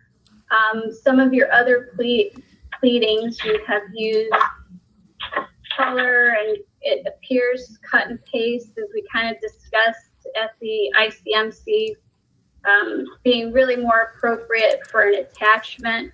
Can you tell me what's happening, why you haven't complied with my directive? Well, Your Honor, I printed my notice. I have it on my desk in front of me. The printed version is black and white. I don't recall if there's color in any of the screenshots that are included, but this is an unbelievably common practice that I've used for 20 years. I understand the rule requires text to be black and white, but what I'm giving the court are illustrations. I don't know if it's color, but the form in front of me is black and white. Oh, maybe he needs to buy a color printer? Do you not see the images on your screen? I mean, it sounds like Boomer Jesus tech Christ. problems for 1,000, but I don't know. Is he just feigning ignorance at this point? I can't tell anymore. He's got like 3 printers behind him. God. He's in his 50s. No, he's not. But he I don't know. He pretends like he is sometimes. I think just like Laura, when it's advantageous to him, he will pretend to be ignorant of such things. That just cracks me completely up. I don't know if it's color or not. Oh, God. Yet I know for a fact he has a YouTube sock, despite his last account getting shit canned. Because he has parked his video evidence for the bar on a new account called David Smith AZ. He had a link to a YouTube video that he had uploaded, and that was the name of the account, which he referenced to the bar. I actually think I had that on, was it the last one or the one before? Where I clicked on it, it went to that video, and it took me to his latest YouTube sock account. Oh my God. This is right up there with like buying a BBC license that's a black and white license versus a color license. Like, really? Really? Bruce says he doesn't recall, ? Didn't he write his own filings? We don't know, Bruce. He may not have. Maybe he used legal GPT. We don't know. If I recall correctly, if I'm not mistaken, Laura Owens admitted in her deposition to using the chat GPTs to write some of her stuff. I think I remember hearing that in the latest Love Trapped podcast with the depositions and all the bonus content. So someone's been using the GPTs. Someone's been using AI. David even talked about the intro music for the Love Trapped podcast. He said it sounded like AI. Oh, it's good, but it sounds like AI. No, actually, I think it was produced by real people in that case. So, yeah. He's just being a contrarian. Or essentially screenshots that are just used to help assist the reader in finding information more easily. If you don't want me to do that, I will do it the hard way, but I've just done it this way for 25 years. And I've seen bar counsel done it that way. I've seen courts do it this way. So I'm not trying to disregard the rule, and I certainly wouldn't disregard your order. If you don't want any screenshots and pleadings, just you can say that, and I will comply with that. Just like he didn't disregard the order not to disclose medical information of Owens v. Eckerd. Right. I didn't do that. Well, not me did it. Yeah, no. What? How did it get on my blog? I didn't do that. There was no order. I wasn't told I had to do that. No. Yeah, okay. You know, like Judge Judy says, and this is cliche now, how do I know you're lying? Your lips are moving. That's how I feel about this guy. But I have the document in front of me. It's black and white in the printed version. Well, you may have printed it in black and white. I have a color version, and I will direct you to where it's in color in your filing, and it's on page 3. I kind of referenced it as being something that you were highlighting. The statement bar counsel is attempting to confer whether Judge Mata will, in fact, testify as stated. That is. Oh, there's So, yeah, I guess there's highlighting there, yeah. I'm not sure where the confusion is. But it's color. Oh my God. I'm highlighting this. And so I'm not doing something other than enforcing the rules that exist. And so Civil Rule 5.2 indicates that in a document that it is to be in black and white. It specifically carves out the exception of exhibits or attachments. And so I'm not telling you can't use screenshots. I'm telling you need to comply with the rule if you want to present something that has color, for example, or has alternate fonts that are discouraged in Rule 5.2. But having said that, Mr. I follow the rules can't even follow the simple rules they have. Even like, and last I simple checked, formatting rules. You can print a PDF in black and white. Yeah. You're not compelled to export to color. That's not a thing. But whatever. I've considered your request. I don't find that the State Bar has violated the discovery rules here or disclosure rules. And so your motion or your notice at this point, the PDJ is not going to take any type of remedial action because I don't find that the State Bar has done anything out of compliance with standard practice in disciplinary matters or pursuant to the rules. With that, we will stand in recess. Thank you all. Your Honor, thank you. I'm sorry. Nope. Yes? Just one more. Just one more. Just one wait, more. there's Oh my more. God. Oh my God. Oh, Just wait, one there's more. Oh my God. Your Honor, I'm not done yet. He probably would love to use some misogynistic statements, but he can't. We haven't discussed. With regards to what was set for today, Yes. what else was set? So the Judge Mata part was only one issue that I raised in the notice. The second issue, which is on pages, let me see here. Mr. Gingras, what I asked you to do was to enlighten me if there was something in addition. And so you got to go first, and I asked the State Bar, did they have anything else? So I'm going to give you back the floor, but at this point, I will just reiterate my first query to you. So I have your notice. Is there something else that you wanted to address with regards to the notice that was set for today? Go ahead. Yes, Your Honor. I didn't realize that you wanted me to address every single issue at one shot. I raised the Judge Mata issue first because I wanted to talk about it first. On page 7 of my notice, it says, in addition to this issue, meaning the Judge Mata issue, a second matter has arisen which requires immediate resolution by the PDJ.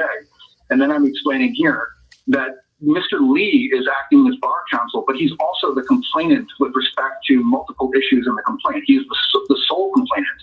And I've tried to speak to him about his allegations, and he's refusing to talk to me.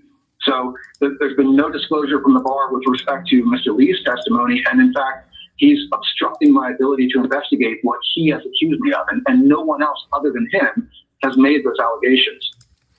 When you say Mr. Lee, are you talking about senior bar counsel Lee? Yes.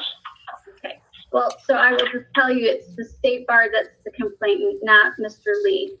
He works for the State Bar. So anything else? So, Your Honor, so if I'm not able to investigate the allegations, I understand that Mr. Lee works for the bar. He is the person that I've been speaking with for the last 18 months. He is the one that has corresponded with me. I've responded to him. And based on our discussions, Mr. Lee is the person on behalf of the State Bar. But he is the one that has set forth allegations in the complaint that no one other than him has raised. So I need to talk to somebody to try to ask questions about what are you claiming exactly. And I guess I understand it's the bar, but Mr. Lee is the person at the bar who has this information. So if you're telling me that I'm not allowed to speak to Mr. Lee, that I can't present a defense, that's fine. You can take that position. Obviously, I'll seek relief from that. Obviously, I'll issue an ultimatum and threaten you that I'm going to seek relief from that if you don't give me what I want. I like what Bruce says here. Bruce is in rare form today, I think. But wait, there's more. If you order one more DSG ShamWow motion today, we will send you 2 free DSG ShamWow motions in addition. Touche, Bruce. Where's my snaps? That'll work. Just pay. All you have to pay is shipping and handling, but it's free. Free. While supplies last, operators are standing by. I think you've mischaracterized even your own pleading. You're saying you just want to talk to Mr. Lee, counsel for mischaracterized his own pleading for the bar, but you've described him in your pleading as a witness. And what I'm clarifying for you, Mr. Gingras, is the idea that Mr. Lee is a witness is incorrect. So saying that you have a right to communicate with him as a witness in your proceeding is incorrect. Well, I've disclosed. I'll ask Counsel Lee to clarify.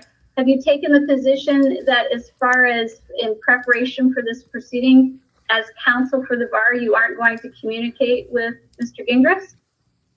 No, not in a general sense. He asked me specific questions, which, because I'm not a witness and I am only representing the state bar, I refused its work product information that he's seeking in the state bar's opinion. So I refused to answer some of the questions that he posed to me. All right, Mr. Gingras, what else? Apparently nothing, Your Honor. Listen to that butthurt response. Oh, no. Apparently nothing. Apparently I'm not allowed to talk or ask anything, Your Honor, so I'll just pout. I'm just going to pout in the corner.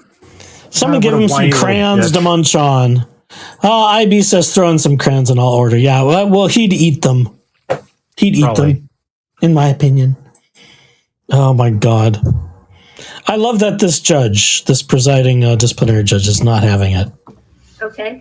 And so that I don't run afoul of this the second time, and I'm assuming that the state bar doesn't have anything else that you need to put on the record before we disconnect. No, we have nothing further, Your Honor. All right. Well, thank you, gentlemen. We will stand in recess. Thank you. Schnitzel Ninja. Make sure, everybody, you go to Schnitzel Ninja and give some love for all the incredible work Schnitzel has been doing for a few years now. Schnitzel has been instrumentally involved in so many things in bringing this case to light and all of the details. So go visit Schnitzel, give some love, get some likes, some subscribes if you haven't already. You know, that's where we get some good stuff, as do others. And one day we'll maybe have real conversations with Schnitzel here. Wouldn't that be fun? She's doing amazing. She is doing the Lord's work. She's got like the exclusive interview with Stephanie Young of the Love Trap podcast. So anytime new episodes come out, Schnitzel's got Stephanie on her channel and they talk about the behind the scenes. And it's sometimes insightful because you get sometimes insightful stuff. And that's always fine.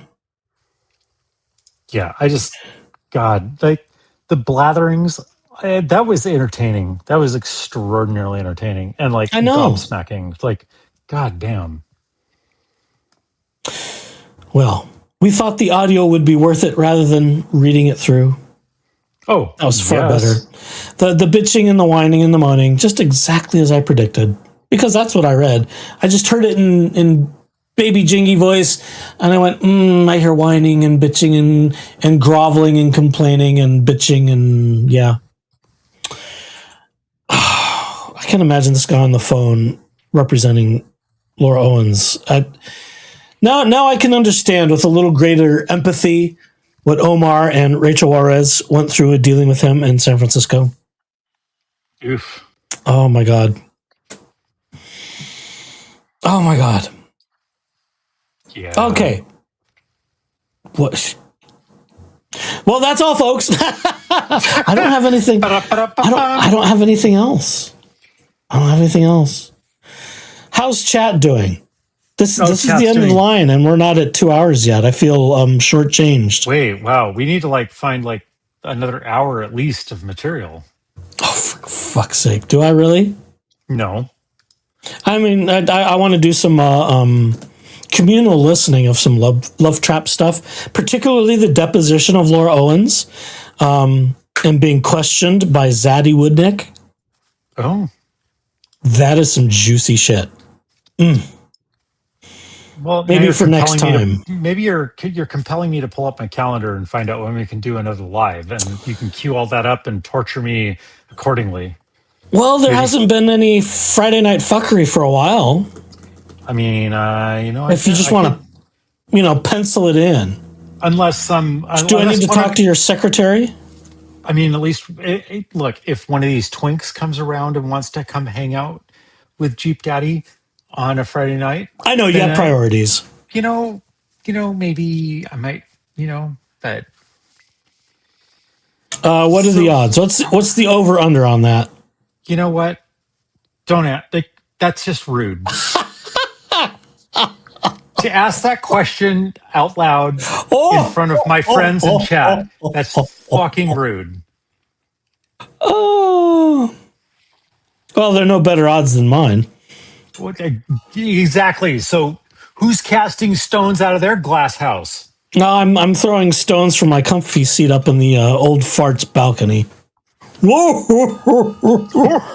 This is terrible. Oh my God! Why do we come here every week? This is the shittiest show on stage, but I kind of like it. Well, maybe I used to. Oh my gosh. Jen the Couch Fairy asks, is Love Trapped only on iHeartRadio? No, you can get Love Trapped wherever your favorite podcasts are served. It is available on Apple Podcasts and Spotify. Spotify, is that the other one? I've seen it a couple places.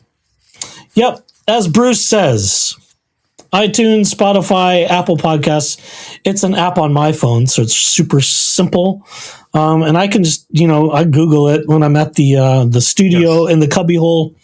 I can get it just about everywhere. And I highly encourage you, if you like to absorb, and I mean really, take it in, use multiple devices, because they were flitting it up number one for a little bit there, and they got bumped by some other bigger shows. But yeah, well, what Echoes isn't telling you or doesn't know is that when you install apps on your phone, it might be siphoning off your data.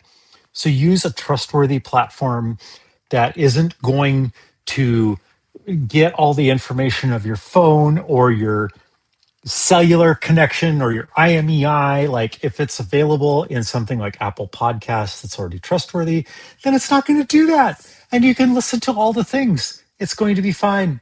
So don't be dumb and don't download unnecessary apps to your device. But yeah. And as E. Broccoli, look, it's a little mini Jeep Daddy rant for you. As E. Broccoli says, lots of ads, but easy to fast forward on Spotify. I have no problem fast forwarding at 30-second chunks on Apple iTunes either. Yeah, just mash the button a few times. It's fine. Yeah. And you know what? Note to self, I need to have a bumper for you when you go on Jeep Daddy rants. And security, little musical interlude. Oh. Yeah. Damn it, my notebook's not here right now. The thing is, you never know when those are coming. That's the magic of having me on your show. Is I can just go on a rant, and now I have the ability to kick you off the screen. So, I have the ability to ban you from my channel. You're true. And my studio. True. But I know where you live, and I will come find you if you do that. You will have to kick in multiple doors to do so. Don't think I can't pick those locks. Careful what you confess to online. Look, I do it for practice. I do it for practice. It's practice and for educational purposes only. Practical skills for when World War III happens and the zombie apocalypse arrives. We were just talking about that earlier. When all hell breaks loose and I need to four-wheel and rescue you and your neighbor and your neighbor's cat, coincidentally, when nobody else will, you need a friend with the Jeep. I shouldn't admit this, but I now follow a channel. He's a little bit, I won't say he's nutty, but he's very prepper. And he goes checking out Area 51 areas and super prepper, and he's following this ghost town that used to be a mining site, and just out and there was a prison site in this ghost town, but now there's a few people living there, and there are these random large drone docks sitting in the prison site, and he's snooping this stuff out. It's this is getting creepy. I hope this guy is well protected.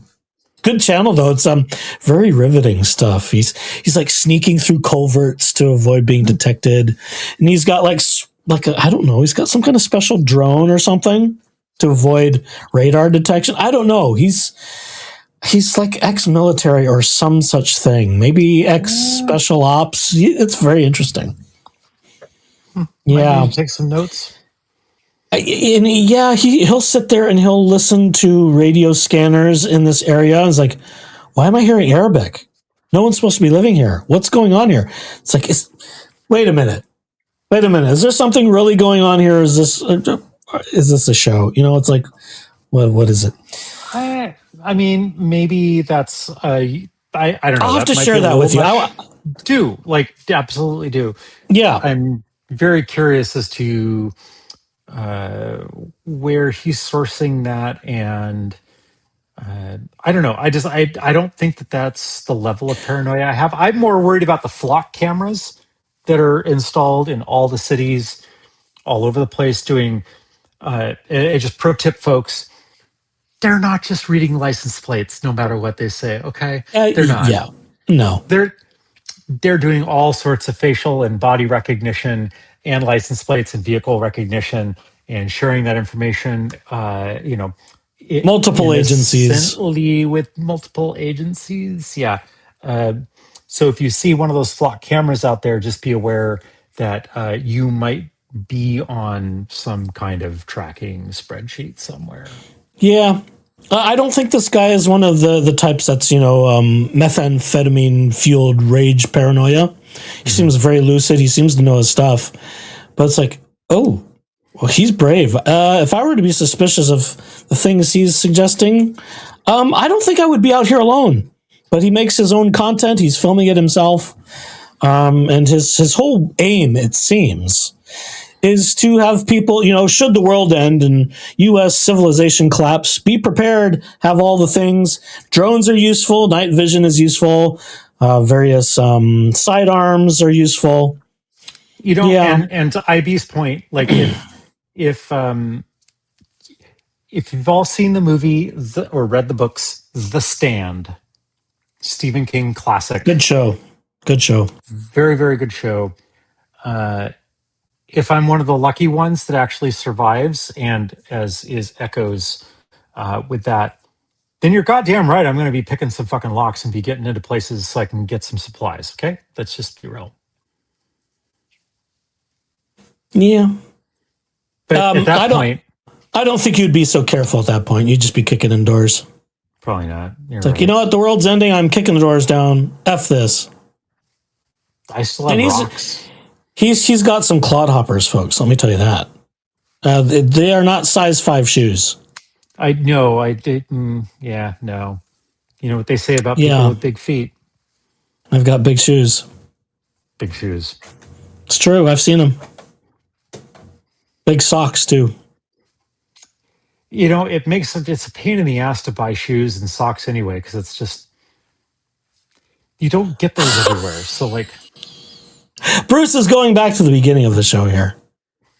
Oh. So agencies know about your boxer briefs, Bruce. I'm sure agencies know about mine. I'm not going to comment on that to protect your privacy, you better but not. for Bruce, say more. Do you think Bruce is a Walmart guy? I don't know. Maybe he'll tell us. I feel he's maybe a Target. I feel like he has some level of class, so maybe we're at Target level. Maybe. But maybe. I also know that Target does sell like the Hanes and FTLs of the world. But there's a time and a place. Functional there's a time cost, and a place for tidy whities and cost effective. Okay. Cost effective. I can't say I have either of those in my drawers, but that's different. I don't. Jen says TJ Maxx. Does that still exist? Oh, it does. Yes, we have those up here. Yes. God, I haven't been in one of those in a hot minute. Danny, well, I already told the world about the pineapple underwear I used to have. No thanks. MK says Roll King. He's a moose. Could be. Now, if I were to use my powers of ESP to look in Bruce's drawers, so to speak, I think I would. I think I would envision Duluth Trading Company. Do they make underwear though? Yes. I did not know that they made underwear. I knew that they made jeans. Yeah. It didn't turn you into a countertenor. It's getting quiet now. I was hoping there would be a quick response from Bruce, but now I think we've scared him off. Maybe he's escaped. He's probably gone. Just like those two fags. It's fine. Yeah, well, that happens. Let's see. Mini T says Spotify, Apple Podcast under Audible under podcast. Oh, Audible too. Very good. I didn't know about Audible. Bruce gets his clothes on the internet. Well, that's vague. Probably the Bezos site. Probably. I don't blame him. You can get some good deals there. You can. That's where I get my socks. I mean, I've bought a lot of clothes on Amazon. I won't lie. Yeah.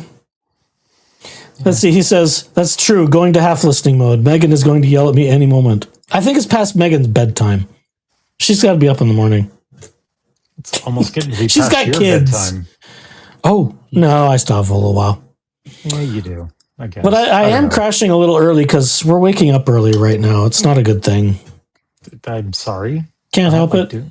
No. I wake up about 3 minutes before my first meeting of the day, and if I could do something different, I absolutely would. Jen says, I can't buy clothes online. I need to touch things. You know, there's some truth to that. I used to be very paranoid about certain things like that because, you know, sometimes you read fabric things and then you get them and you go, oh, this isn't as nice as I thought it would be. And sometimes it's the other way. It's like, oh, this is nicer than I thought. That includes cotton and synthetics. Yeah, you never quite know what you're going to get. You're more of a synthetic person. I am. It's true. We've learned things, you know. It happens. I'm still there's a couple brands that I'm still kind of a brand whore over. They mostly yes, you are. They mostly do cotton-ish. But they've branched out a little bit. It's just sort of selective. Yes, I'm kind of surprised they haven't gotten more into the activewear because they used to have more. I've seen they've got some pairs and I have them. I mean, just like it's sort of funny that Fagercrombie and Bitch has certain activewear and even Aeropostale. It's like, where did this come from? Are they still Nike, in business? Yeah, strangely enough. And American Eagle, for that matter. Yeah, I know they're still around. One of my very good friends from San Francisco / New Mexico actually used to work for one of their stores in close by downtown district. IB with the zinger says Bruce buys from Fredericks of Hollywood. Now I will have IB know that you used to be able to get the best silk boxers from Fredericks of Hollywood back in the day. Not no mo. They had some good stuff at one point. I mean, I used to buy stuff from Frederick back and in Nelson. The day. That's how old I am. And what was the other one? Do you remember Lamont's and then Gottschalk's? Bon Marché is gone. Oh, and the mints. I miss the mints. Yeah. I'm not supposed to eat them anymore, but never mind. Some of my hometown institutions are long gone and bought up by conglomerates and then shut the fuck down because, you know, corporate profit daddies. Dana Creasy says she's 100% cotton type, tough to find. For the ladies, I would imagine that's true. That's less true for the guys. It's like everything's kind of almost the other way. We're a poly blend at this point. Yeah, well, I'd rather have the poly than the blend, just for reasons. If I wasn't so lazy and I'm not going to get up and check my own right now, I would confirm, but that's not going to happen.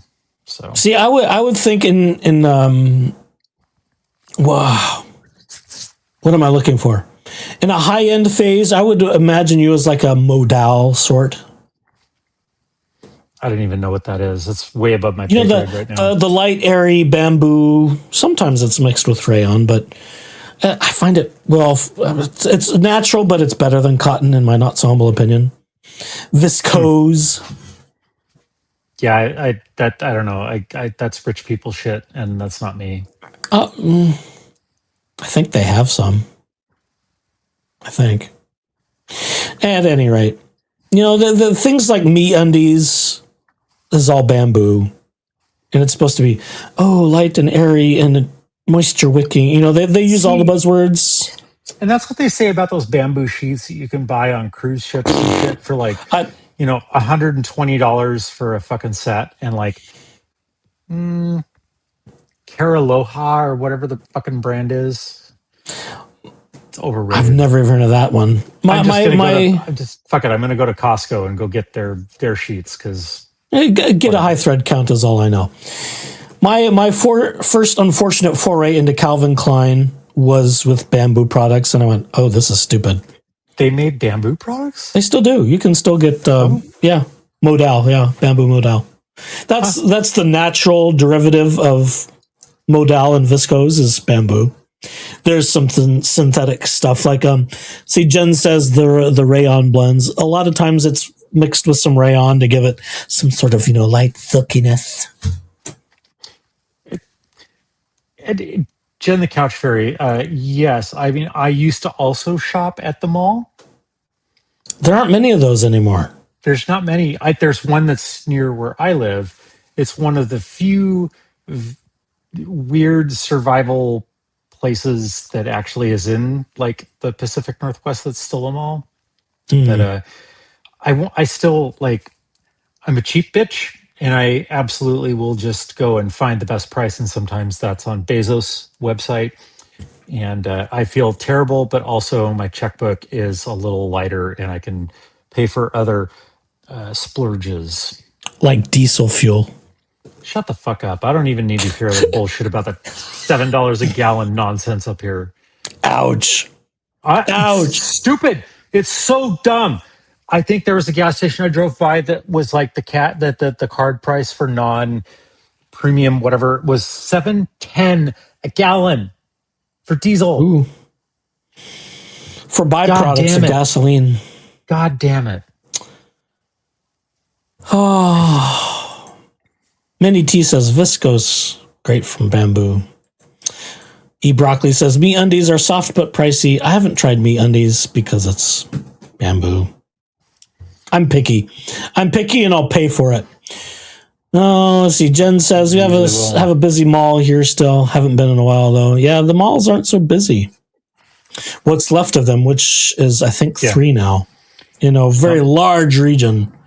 There's maybe 4. We have like 3 if we go south.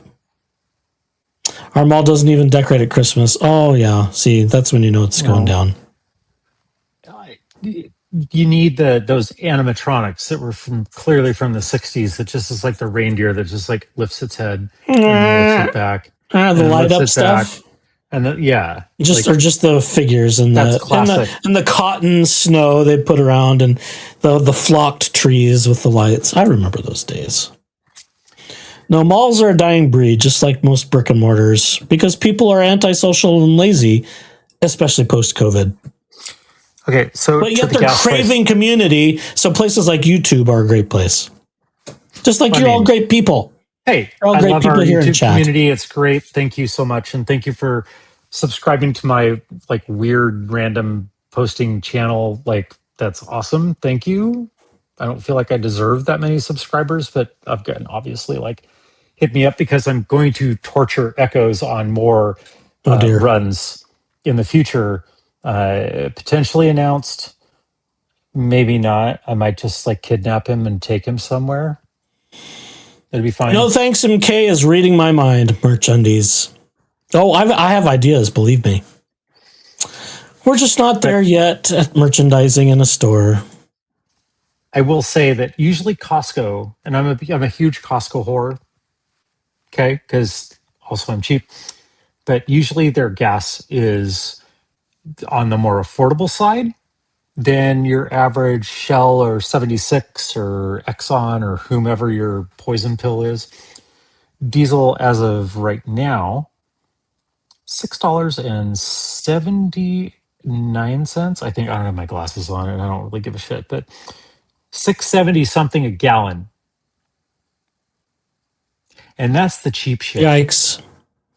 It's still good. It's still diesel number 2. But it is still insanely expensive. Jen, the couch phrase says, I'll pay for bras just like good bourbon. It's worth it. I agree. Here, Jen. Here. Comfort is worth the cost of admission, especially when you find things you like. Yes. Yeku says, are you going to be at the debate rewatch tomorrow morning? If I can get on it, well, get on it, watch it. Yes. Yes. I can't remember who's hosting it, but was that it wasn't Bacon Bears, was it? I forget. I think it was Bacon Bears. I think I've got some notifications set, so I'll try and catch it. So yeah, watching, and we're referencing the Jingy Rachel Juarez debate. So that's happening tomorrow sometime. I forget when. I think in the morning. But yeah, Bacon Bears, who's hysterical. She's a kick in the pants. She's a firecracker. Definitely check that out. Would be worth the price of admission, which is free to you as YouTube peoples to relive that moment. I've debated bringing that back for you to suffer through, but that's why I keep the super clip of it. And Jen's asking who's streaming that. It's Bacon Bears with a Z. Bacon, as in bacon. Bacon. Bacon? Who doesn't love bacon? My salad always has a little bit of bacon bits in it. It's necessary. I would like to see Bacon Bears and Lauren Knighty get into a bacon war between their chats. That would be very entertaining. Mm-hmm. Oftentimes, Lauren will raid people with people using bacon emojis. So it could be great. It could be hysterical. Thank you for that. At Bacon Bears with 2 Z's. Perfect. 9 a.m. Pacific time. Really? Ugh. That's early. Oh, well. Such is life. Well, hey, we've made it over to the 2-hour mark. Which okay, that means we can stop now. That's below our average, but I've met my quota reasonably there. My contract is fulfilled. Danny says Shizzy does a bacon raid too. Oh God, I didn't know that. I haven't watched Shizzy a whole lot and been transferred. It's just timing. He's in a different time zone and I don't catch much of it. It's at noon. She's hilarious. Okay, noon Eastern. Perfect. Well, send everybody lots of bacon. Are we going to call this there, or do I need? I think we should. Yeah. Otherwise, we have to dig up more stuff. Time. Yeah. Yeah. 2 hours is plenty. I'm gonna exit stage, and you just go ahead and play us out. Oh well, very good. Yeah, we'll just kick yourself off and remind everybody to hit the chats, hit the super chats. I don't have those yet. I should turn that on. I should make it worth it to those who wish to do such things because they like to be entertaining. At some point, we'll do that kind of thing. But thanks again for joining, everybody. Hit the like and subscribe. Hit that notification bell. And YouTube, if you didn't know this, I should have led with this. YouTube has a new feature called Hype. It's up there sort of under your comments bar, and you can scroll through it. You can hype this channel and this channel's content. So be sure not only to hit the like, the subscribe, leave comments for the replay crew, and of course everybody in chat tonight. Thank you. But you can also hype what we do here. I don't know how it works. They don't tell us.